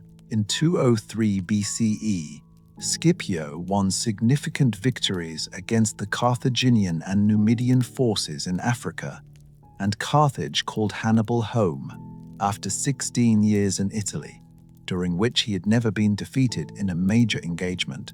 Hannibal gathered his remaining veterans and crossed back to Africa. The two great generals of the Second Punic War met personally before the Battle of Zama, a conference that has become one of the most dramatic moments in ancient history. Hannibal, by this point aging and exhausted from 16 years of continuous campaigning in a foreign country, proposed terms that amounted to Carthage surrendering everything it had gained in Spain, while retaining its African territories. Scipio refused. The war would be decided on the battlefield. That meeting between Hannibal and Scipio is one of those occasions where history offers us something almost too perfectly constructed. Two brilliant generals who had defined an era, meeting face to face before the final confrontation that W2 would settle everything. Ancient accounts describe them studying each other with the kind of concentrated attention that only adversaries who have spent years trying to outthink one another can bring to a first personal encounter. Polybius and Livy both describe the meeting, with some variations in detail, but the essential dynamic they convey is the same. Hannibal knew the odds were against him and was testing whether there was any basis for a negotiated peace. Will Scipio, holding the stronger position, could afford to let the battlefield be the judge. What did these two men see in each other? Scipio had grown up in the shadow of Hannibal's victories. He had been at Ticinus. He had survived Cannae. He had spent his entire military career fighting the war that Hannibal had made necessary and learning the lessons that Hannibal's campaigns had to teach, in a very real sense. Scipio's military education had been conducted at Hannibal's expense, and Scipio had been an excellent student. Hannibal, looking across at the young Roman general, must have recognized something of what he himself had been 20 years earlier, a commander of unusual intelligence, unbothered by conventional tactical orthodoxy, genuinely interested in the capabilities of his enemy rather than simply the destruction of them. Whether they felt anything like professional admiration for each other is beyond historical knowledge, but the encounter between them has the quality of a recognition between two people who understand something that very few others share. Zama, on the 19th of October 202 BCE, was in many ways the reverse image of Cannae. At Cannae, Hannibal had possessed superior cavalry and used it to encircle a larger enemy. At Zama, Scipio possessed superior cavalry, thanks to Massinissa's Numidians, and Hannibal found himself in the position the Romans had occupied 6 years before. Hannibal had 80 war elephants, which he hoped would disrupt the Roman formations. But Scipio had anticipated the tactic and prepared his infantry with open lanes down which the elephants could be funneled harmlessly. When the elephants charged and the Roman trumpeters blared their instruments at full volume, many of the animals panicked, turned, and plowed back through Hannibal's own cavalry, disrupting his formation before the infantry even engaged. The cavalry action on the flanks was decisive. Scipio's horsemen routed Hannibal's mounted forces, and then, in the best tradition of Cannae, swept around to strike Hannibal's veteran infantry from the rear, just as they were engaged with the Roman legions from the front. The result was the same total encirclement that Hannibal had achieved at Cannae, but this time it was the Carthaginians who were enclosed and destroyed.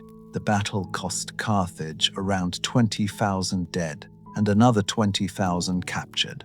Rome lost perhaps 1,500 dead. Hannibal escaped the battlefield and survived. He advised the Carthaginian Senate to accept whatever terms Rome offered, and they did. The Peace of Zama stripped Carthage of its empire. Spain was ceded to Rome.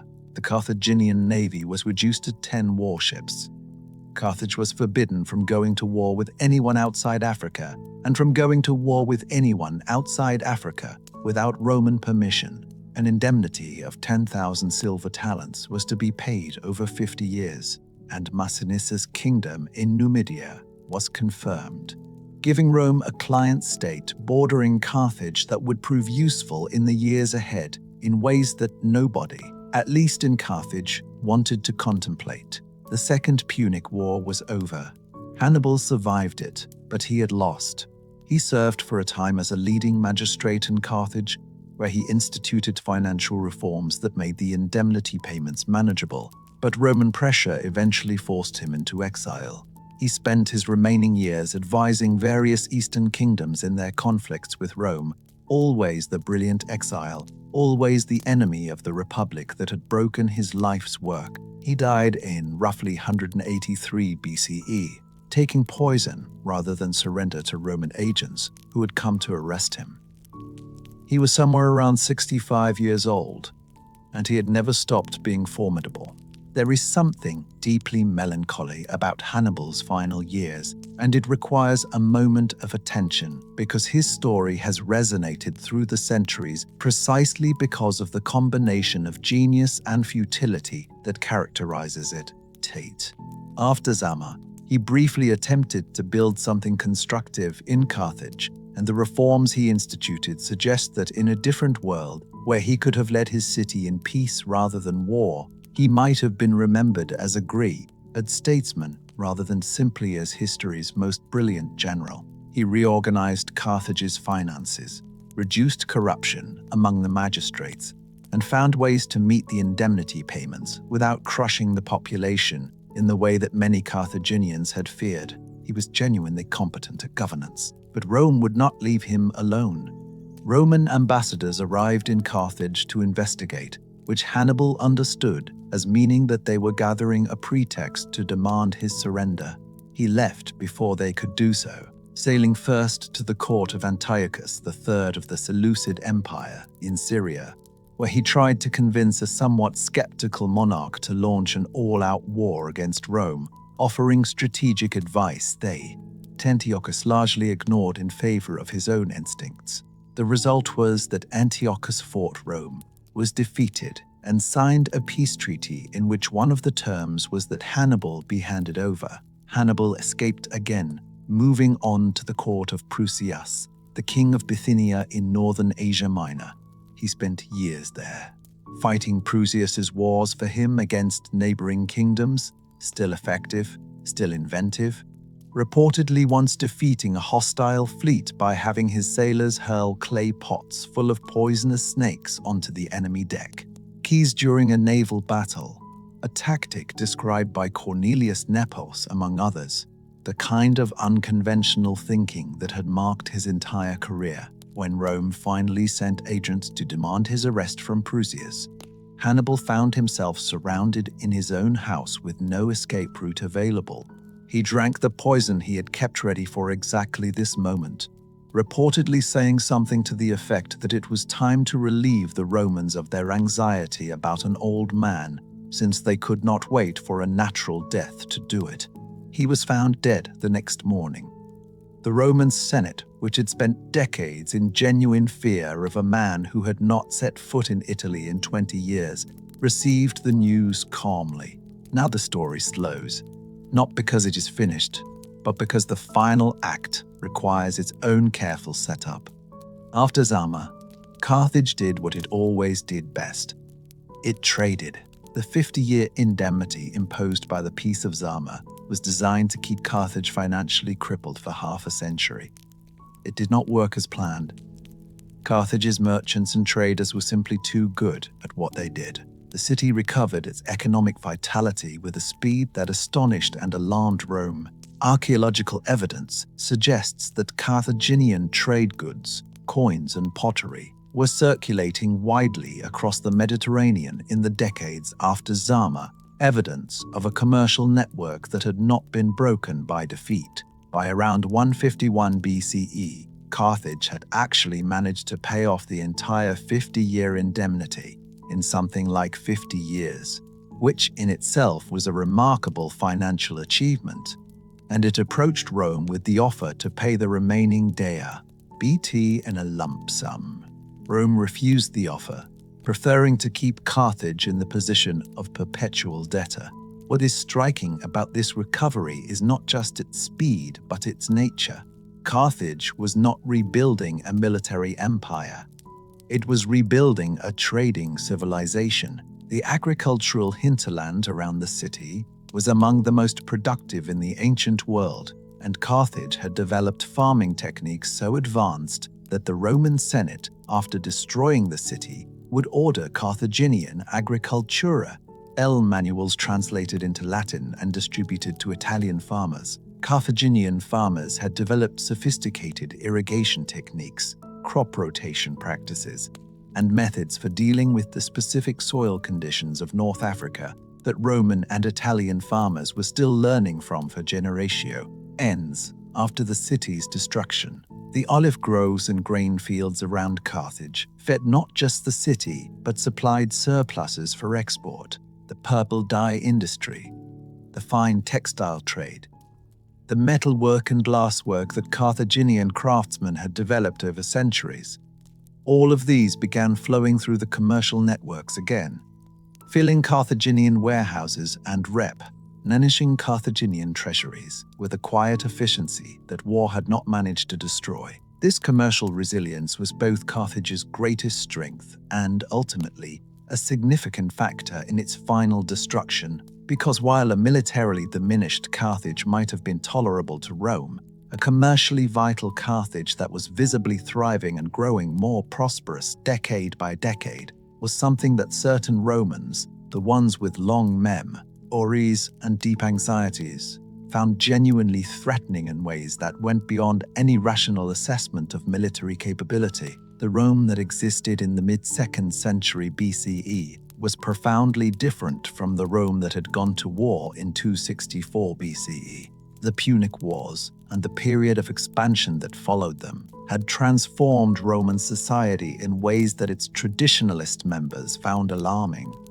Enormous wealth was pouring into Rome from conquered territories.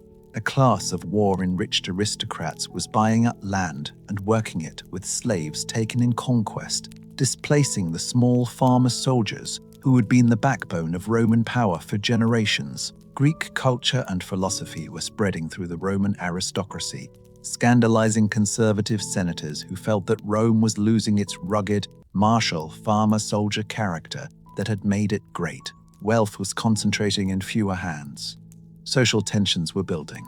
It was into this atmosphere of anxiety and nostalgia for imagined Roman virtues that Marcus Porcius Cato, known to history as Cato the Elder, stepped as the most forceful voice for a certain kind of Roman conservatism. Cato was born in 2004 for BCE, had fought in the Second Punic War as a young man, and had built a distinguished political career as a defender of traditional Roman values against what he saw as the corrupting influence of Greek culture and commercial wealth. He was a brilliant orator and a tireless politician, and he was personally convinced that Carthage represented a mortal threat to Rome. Cato is a genuinely fascinating figure because he embodies so many of the contradictions of the Roman Republic in its period of greatest expansion. He was a man of genuine principle and genuine bigotry simultaneously, someone who believed deeply in the old Roman virtues of frugality, hard work, and military valor, while also being completely willing to use the political system with sophistication to advance his interests and his views. He was personally frugal to the point of legendary austerity, reportedly working his fields alongside his slaves and eating the same food as them, while simultaneously being one of the most politically connected and influential men in Rome. He inveighed against Greek philosophy and culture with a consistency and vehemence that his contemporaries found either admirable or tedious depending on their own inclinations, while also demonstrably having read widely in Greek literature, since his criticisms of it are too specific and detailed to have come from someone who had not engaged with it seriously. On the question of Carthage, Cato was, from a purely military standpoint, wrong. The Carthage that existed after 201 BCE was not a military threat to Rome. It had 10 warships. It had no empire, no Spanish silver mines, no powerful Numidian cavalry allies. Its walls were still impressive, but it had no army capable of projecting force beyond its immediate hinterland. When Cato visited in 157 BCE and found figs in Carthaginian gardens that were 3 days' sail from Rome, he was looking at prosperity, not military power. Fresh figs ripen quickly and would have been useless if the journey had taken longer. The detail was Cato's way of hammering home that Carthage lay uncomfortably close. They were not a military threat, no matter how dramatically Cato framed the gesture of holding them up before the Senate. But Cato understood something that pure military analysis misses. Fear does not respond to logic. The memory of Hannibal in Italy for 16 years, of Trebia and Trasimene and Cannae, was still visceral for men of Cato's generation who had lived through it themselves. That fear was deep and personal, and Cato, who had himself fought in the Second Punic War, knew how to speak to it in a way that bypassed rational calculation entirely. He was, in this respect, a brilliant demagogue, in the specific sense of a man who understood what moved large groups of people and knew how to deploy that understanding politically. In 157 BCE, when Cato was already in his late 70s and still serving in the Senate, he was sent as a member of a diplomatic mission to Carthage to arbitrate a dispute between the Carthaginians and the Numidian king Massinissa. What he saw in Carthage shocked him. The city he had expected to find weakened and diminished was prosperous, populous, active with commerce and visibly rebuilding its strength. The markets were full. The harbor was busy. The people looked well-fed. Cato brought back fresh figs from Carthaginian gardens to show the Senate, holding them up and pointing out that this prosperity existed only 3 days sailing from the Italian coast. From that visit forward, Cato ended every speech he gave in the Senate, on any topic whatsoever, with the same phrase, Carthago delenda est. Carthage must be destroyed. It did not matter what the subject of the speech was. Cato might be arguing about water supplies in Rome, or the behavior of magistrates in a distant province, or the proper management of public funds.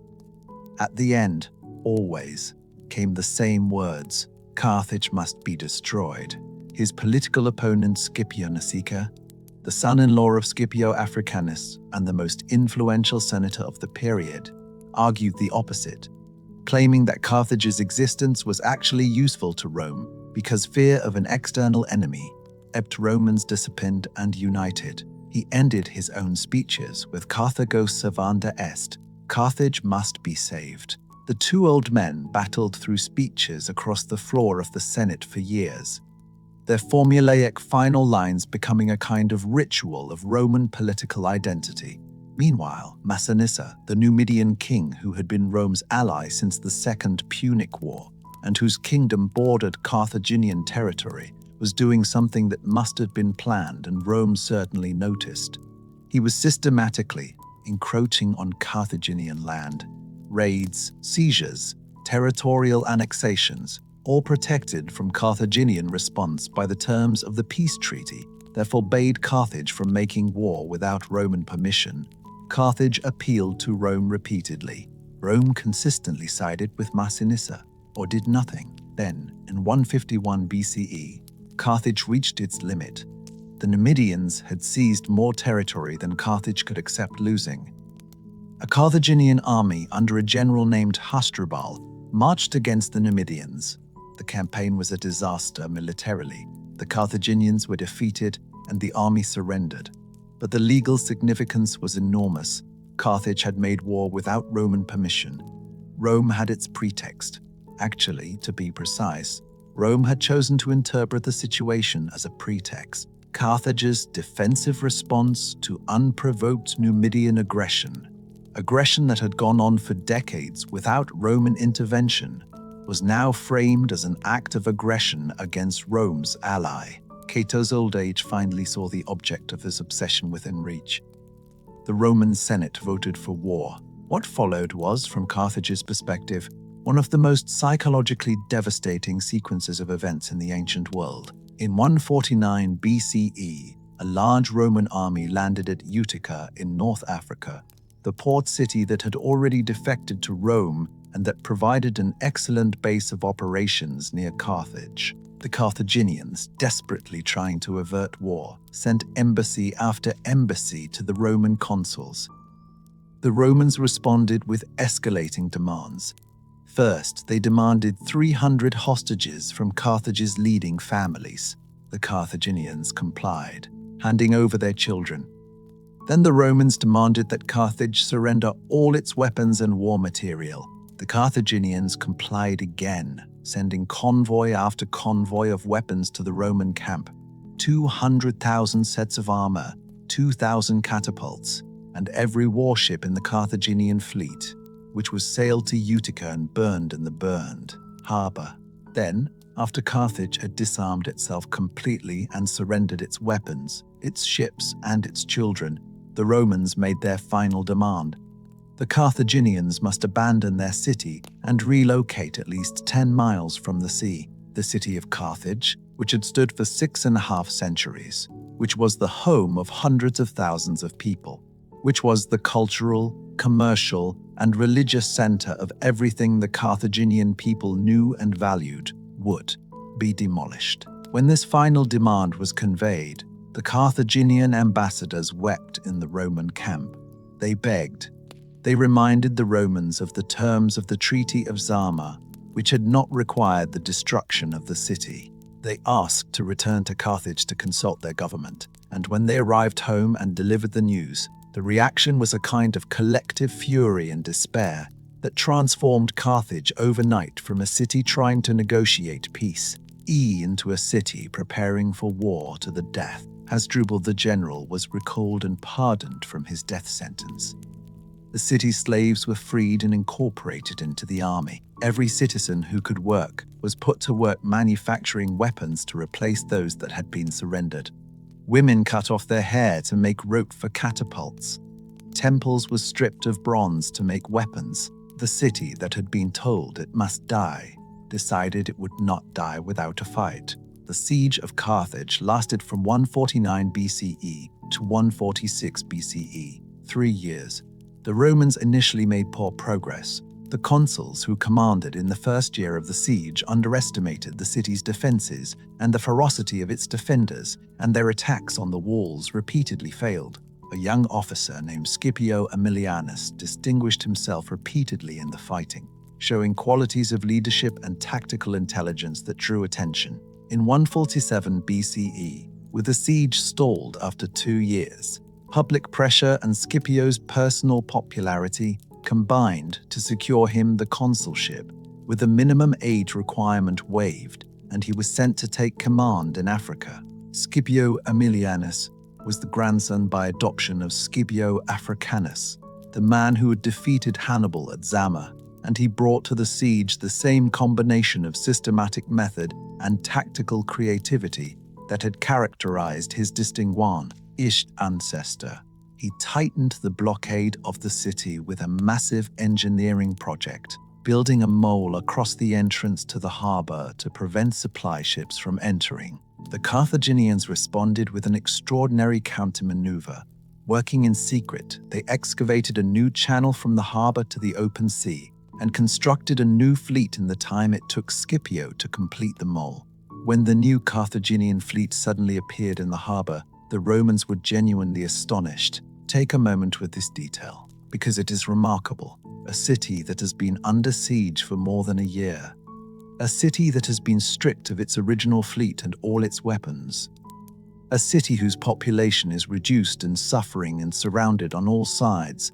somehow secretly digs an entirely new harbor channel and simultaneously constructs a new fleet of warships, all without the besieging army being aware until the ships sailed out. The scale of organized labor required for this achievement, the engineering skill, the maintenance of secrecy across a construction project that must have involved hundreds if not thousands of workers, suggests a civic organization operating key at a very high level under conditions of extreme stress. The Carthaginians, who are sometimes presented in Roman sources as a civilization defined primarily by commercial cunning, were in these final years demonstrating a capacity for coordinated collective effort and raw defiant creativity that commands genuine admiration. But the Carthaginian commanders, perhaps in a moment of pride that overrode tactical sense, delayed attacking before the Romans could respond,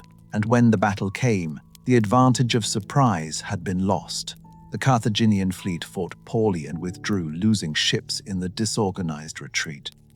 It was the last offensive naval action the city would take. Scipio then built a large brick structure in the harbor area that dominated the city's walls from close range, allowing 4,000 Roman soldiers to shoot down onto the Carthaginian defenders.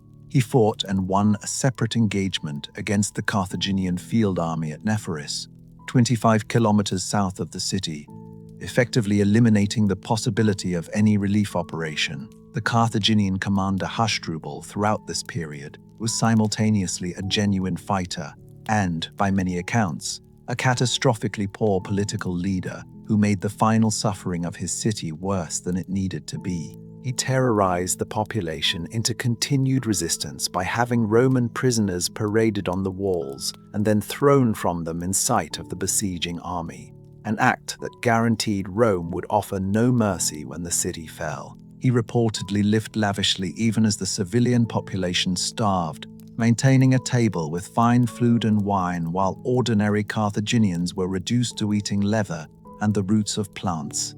Whether all of these accounts, which come exclusively from hostile Roman sources, are fully accurate is impossible to know, but they suggest at minimum that leadership within the besieged city was fractured and desperate in ways that made recognized resistance increasingly difficult to sustain. In the spring of 446 BCE, Scipio launched the final assault. His forces broke through the harbor defenses and entered the city from that direction. What followed was 6 days of the most brutal street fighting the ancient world had seen. Carthage was not simply a city to be captured. It was a maze of narrow streets, multi-story buildings, and fortified positions, each house a potential strongpoint, each alley a potential ambush. The Romans had to clear the city house by house, fighting up stairways and across rooftops, pushing the defenders back street by street toward the Bierza, the ancient citadel at the city's heart. The dead piled so high in the streets that at times the Romans had to stop fighting to clear the bodies before they could advance. Buildings were burned as each block was cleared, the fire serving both to deny the defenders cover and to create the thermal columns of smoke that would eventually be visible from enormous distances.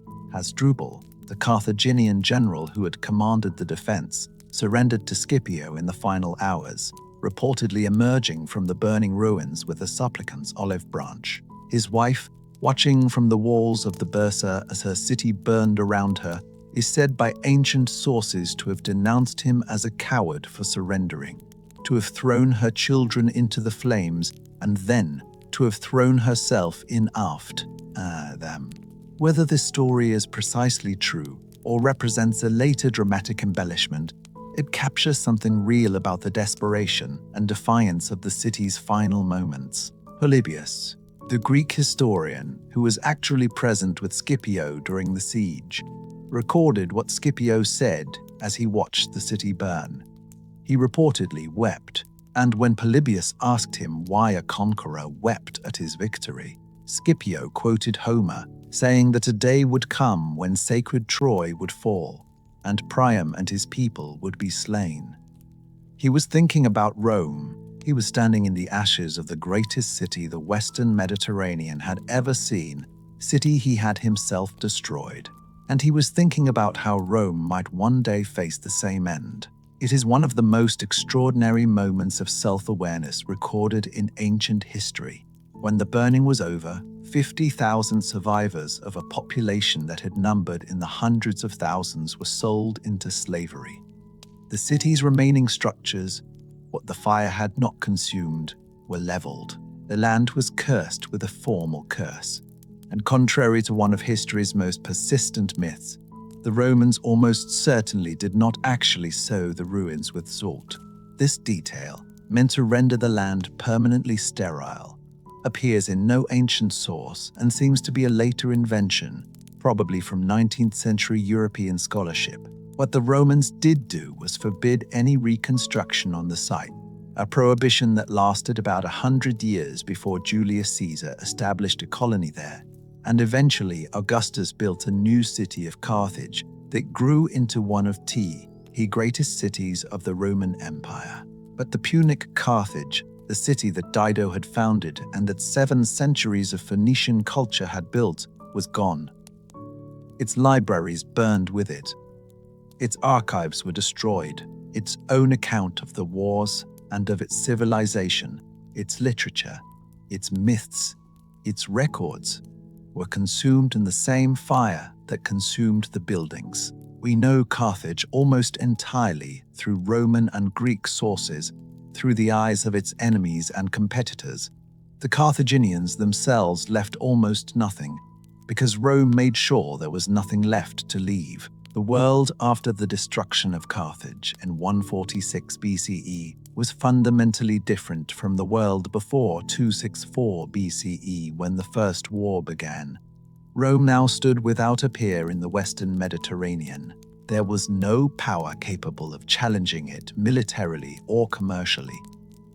The entire Western Mediterranean basin was effectively a Roman lake, its shores controlled by Roman provinces or friendly client states. Sicily, Sardinia, Corsica, North Africa, Spain.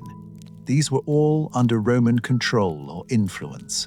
It is worth noting that 146 BCE was an extraordinarily consequential year in world history beyond just the destruction of Carthage.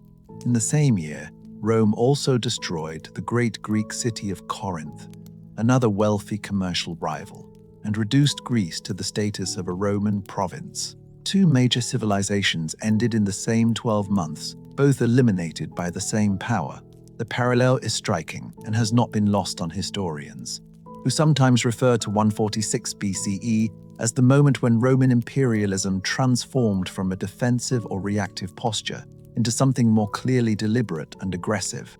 The simultaneous destruction of Carthage and Corinth, Rome's 2 most commercially sophisticated rivals, suggests a pattern that goes beyond the particular circumstances of either war. The wars had transformed Rome internally as much as they had transformed the Mediterranean geopolitically. The pressure of sustained warfare across 3 wars and more than a century had gradually changed the Roman army from a citizen militia of farmers who served for defined periods into something approaching a professional military institution. The legionary system became more standardized, more professional, better supplied.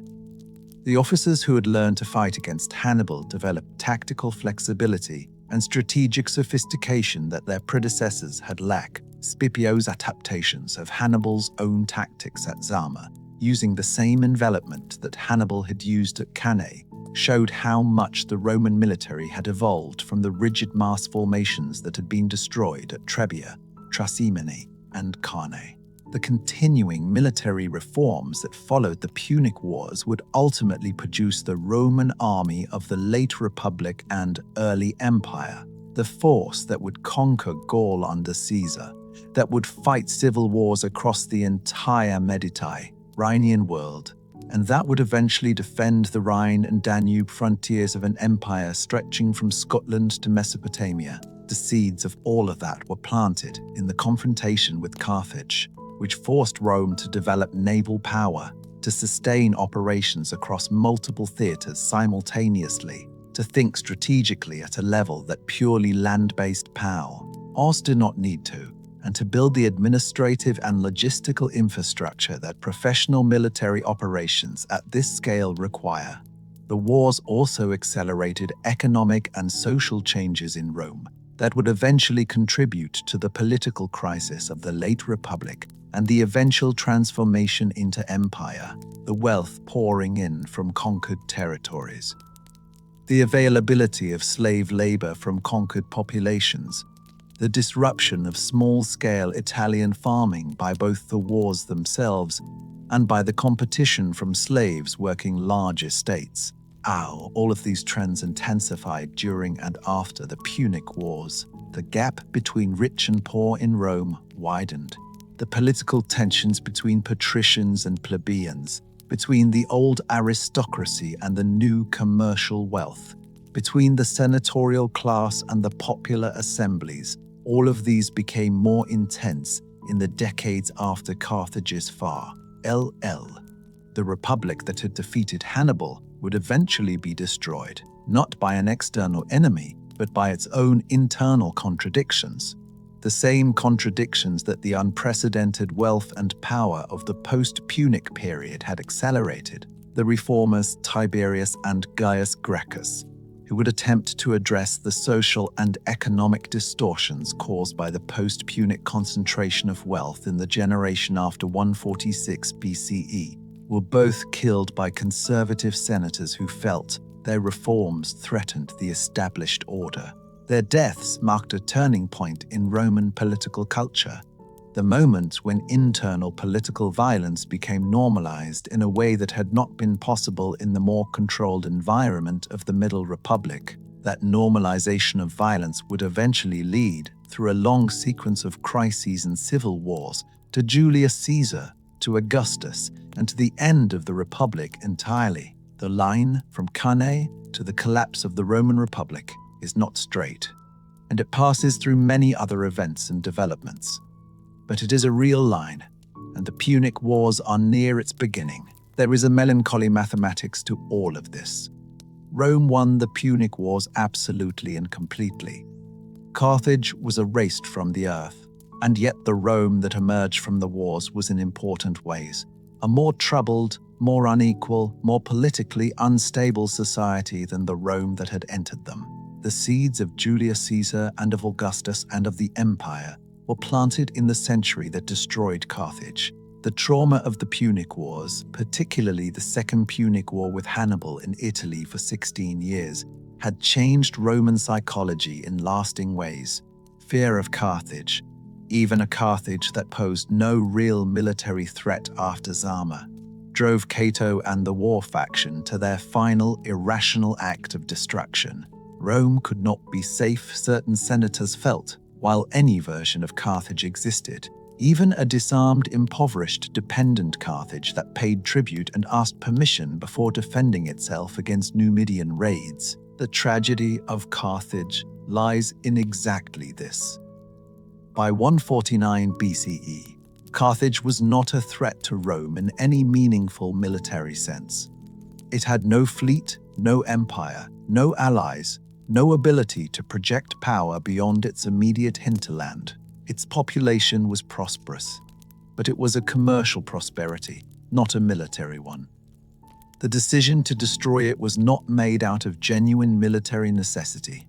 It was made out of fear, out of memory, out of the deep psychological scar that Hannibal had carved into the Roman consciousness by spending 16 years undefeated on Italian soil, and perhaps out of greed. The land around Carthage was fertile and valuable. The city's commercial infrastructure, however damaged, was worth possessing. The province of Africa that Rome created from the ruins became, within a generation, one of the most productive agricultural territories in the empire. A breadbasket that fed Rome itself. The destruction of Carthage was, among other things, an act of theft on a civilizational scale, dressed up in the language of security and justice.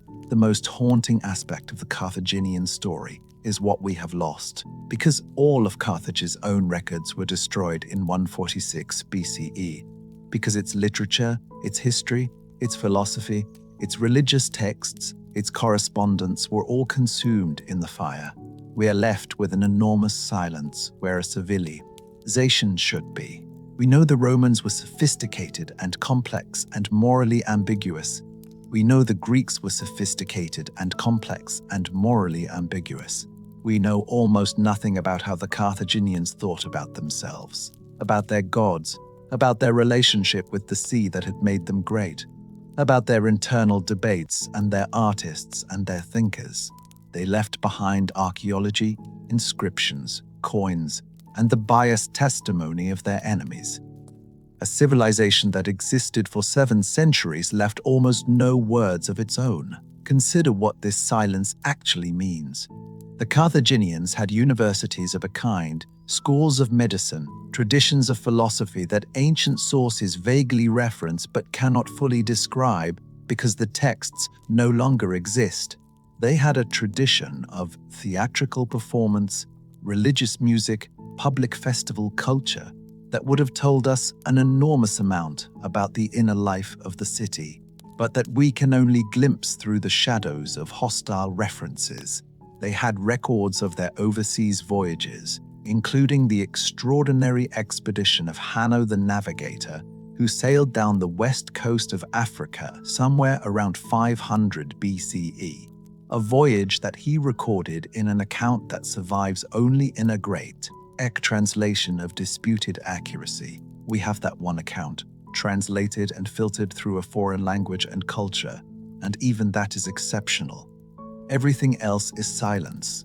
The Hanno narrative alone suggests what we have lost. He describes a voyage that took him far enough down the African coast to observe what may have been gorillas, which he describes as hairy wild people. His sailors called gorillae, and which gave the modern animal its scientific name. He describes volcanic eruptions, a sea of fire visible at night on an offshore island that may have been Mount Cameroon, dense jungles, rivers teeming with crocodiles and hippopotamuses. He was a sophisticated observer with a specific interest in the practical details of navigation and coastal geography. Imagine what a civilization of such experienced, widely traveled navigators might have recorded about the world they explored, about their own inner lives, about their gods and their fears and their beauty. All of it burned in 146 BCE. What we do know is that they were not what Roman propaganda made them.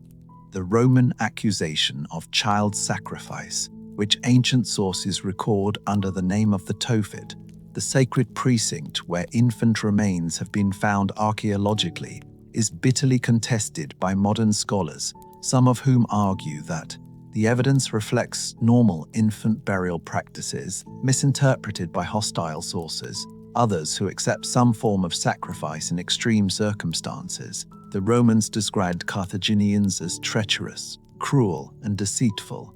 Punica fides, Carthaginian faith, became a Latin phrase meaning faithlessness. But these are the descriptions of conquerors, and history has learned to be skeptical of conquerors' accounts of those they have destroyed. The Tophet controversy is worth examining briefly because it illustrates the difficulty of writing about a civilization through exclusively hostile sources. The Tophet was a precinct in Carthage where archaeological excavations have uncovered urns containing the cremated remains of children and, sometimes, animals. Ancient literary sources, including Greek and Roman writers, describe the site as a place where children were sacrificed to the gods. Baal Hammon and Tanit, the 2 principal deities of the Carthaginian pantheon, in times of crisis. These descriptions are vivid and specific enough that generations of historians accepted them as basically accurate. Modern archaeology and forensic analysis have complicated this picture considerably. Some researchers argue that the skeletal evidence suggests many of the children interred in the Tophet died from natural causes, particularly premature birth and infant mortality, which was devastatingly high throughout the ancient world. The Tophet was a specialized cemetery for the especially vulnerable, infants who died before they were old enough for standard burial. Others point to inscriptions at the site that describe the offerings made to the gods and maintain that at least some of the deaths were sacrificial. The debate remains genuinely unresolved, and the fact that it remains unresolved is itself significant. We simply do not know enough about Carthaginian religious practice to say definitively what happened in that precinct, and we never will, because Carthage kept no records that survived. What the archaeology tells us, what the limited surviving evidence suggests, is a civilization that was sophisticated, creative, commercially brilliant, and genuinely innovative. Carthaginian agricultural techniques were so advanced that after the city's destruction, the Roman Senate had Carthaginian agricultural manuals translated into Latin and distributed to Roman farmers. Carthaginian glassmaking and metalworking were prized across the ancient world. Their navigators explored the Atlantic coasts of Africa and Europe in voyages that would not be repeated for more than 1,000 years. Their harbor engineering, their city planning, their system of government, all speak to a civilization with intellectual and organizational capacities of a high order. They simply had the misfortune of being in the way of Rome at the moment when Rome was becoming something unprecedented and unstoppable. The Punic Wars matter today not just as history, but as a paradigm, a pattern that repeats itself in different forms across the centuries. The encounter between two civilizations that cannot find a way to coexist, that slide through misunderstanding and resentment and perceived threats into a conflict that neither could have fully predicted at the start. The way that each defeat generates the conditions for the next war rather than leading to genuine resolution. The way that fear, once planted in a culture's memory, can persist long after the actual threat has passed and can drive decisions that are neither just nor necessary. The way that total war can transform the society waging it even as it destroys the society being fought. There is something in the structure of these three wars that feels almost literary in its inevitability. The First Punic War creates the grievances and the military knowledge that make the Second Punic War possible.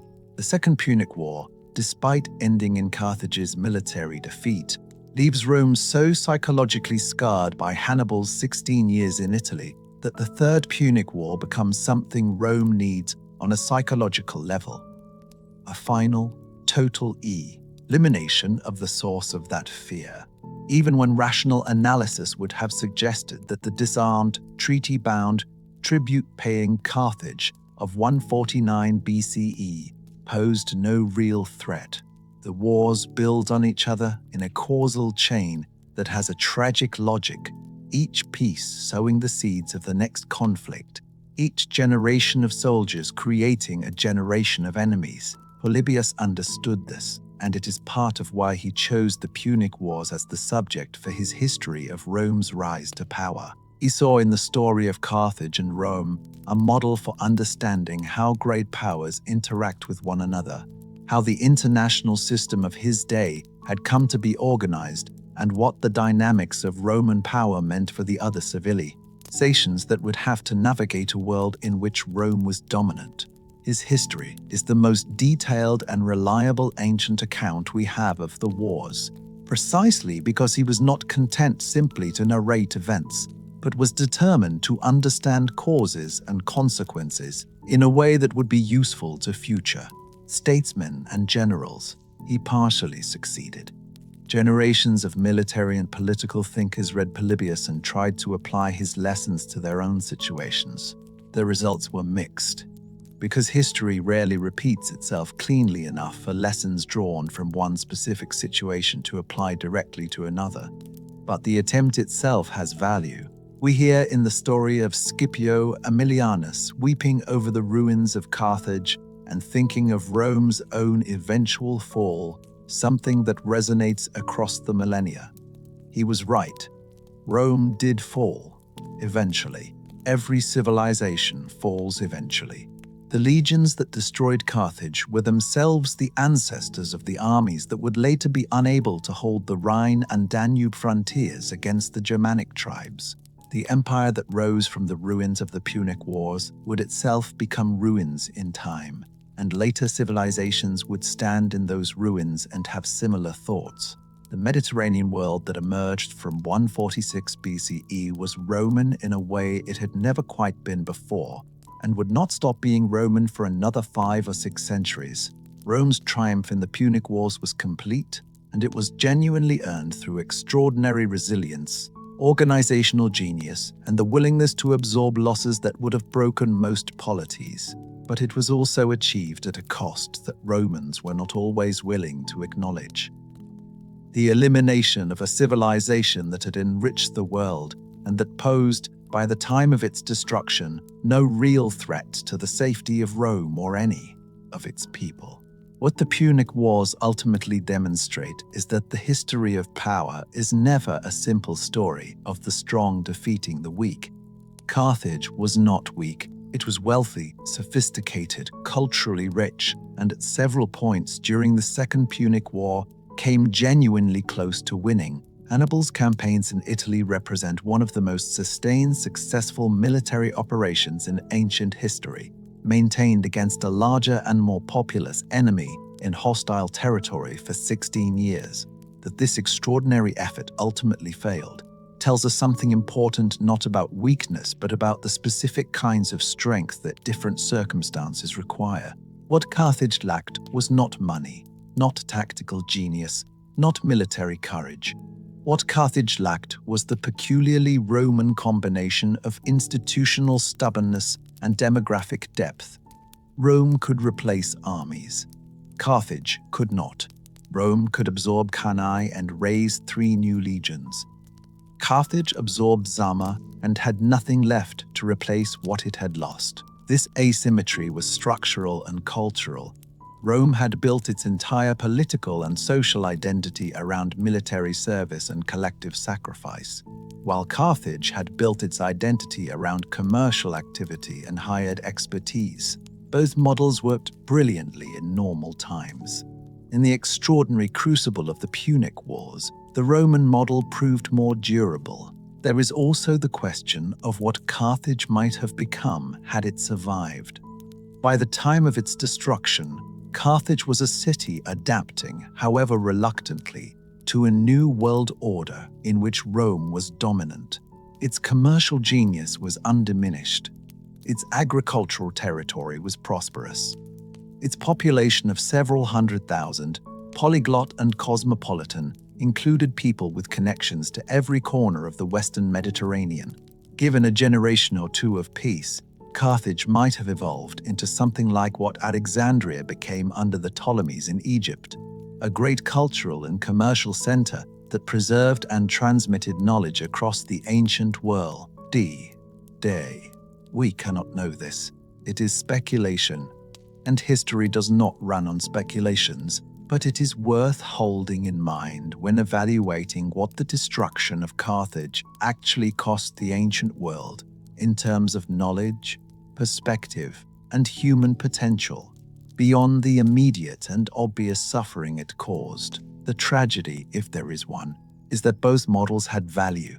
The world in which Carthage and Rome coexisted across the 3rd and 2nd centuries BCE was, despite the warfare and the rivalry, a world of genuine cultural and commercial vitality. Carthaginian ships carried ideas and goods and people across the Western Mediterranean in ways that enriched every civilization they touched.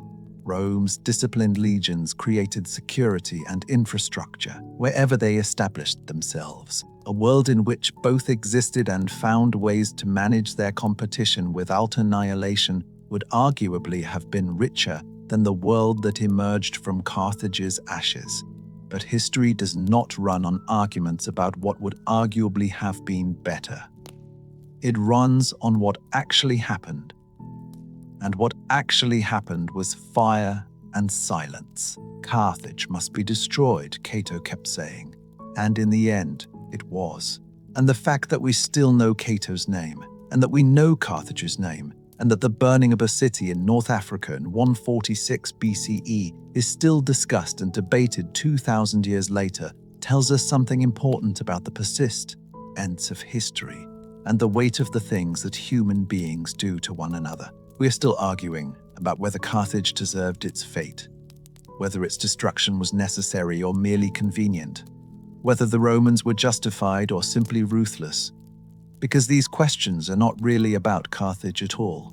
They are about the principles we bring to the evaluation of how powerful states treat weaker ones, about the point at which security concerns become pretexts for violence, about what we owe to civilizations different from our own. The Punic Wars ended in 146 BCE, but the questions they raise have not ended because those questions are not historically specific. They are permanently human. The fires of Carthage burned for 17 days. The smoke could be seen from the sea. And when they finally went out, the silence that followed was the sound of a civilization that would never speak again in its own voice. That is, I think, enough for one night.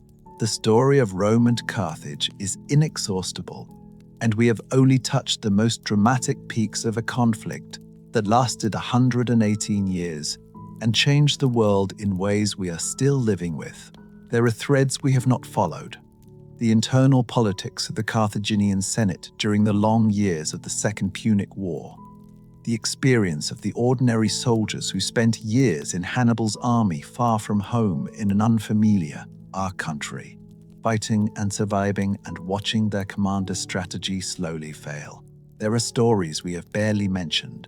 The remarkable career of Siphonisba, the Carthaginian noblewoman whose life and death at the intersection of Numidian and Roman politics reads like the most compressed and devastating of tragedies. B. There are philosophical and religious dimensions to the Carthaginian story that we have not had time to explore. The world of Baal, Hammon, and Tanit, the great goddess whose presence on Carthaginian inscriptions and amulets tells us that the city had a complex and sophisticated religious life that has almost entirely been lost. If this kept you company tonight and gave you something to think about while you drift off, then we have done what we came here to do. If you found value in tonight's journey, please consider leaving a like. It helps other history lovers find their way to this channel. And if you are not subscribed yet, come join us. Every week we travel somewhere in history and try to bring it back to life with the care and detail it deserves. There are many more stories waiting. We will see you next time. Good night.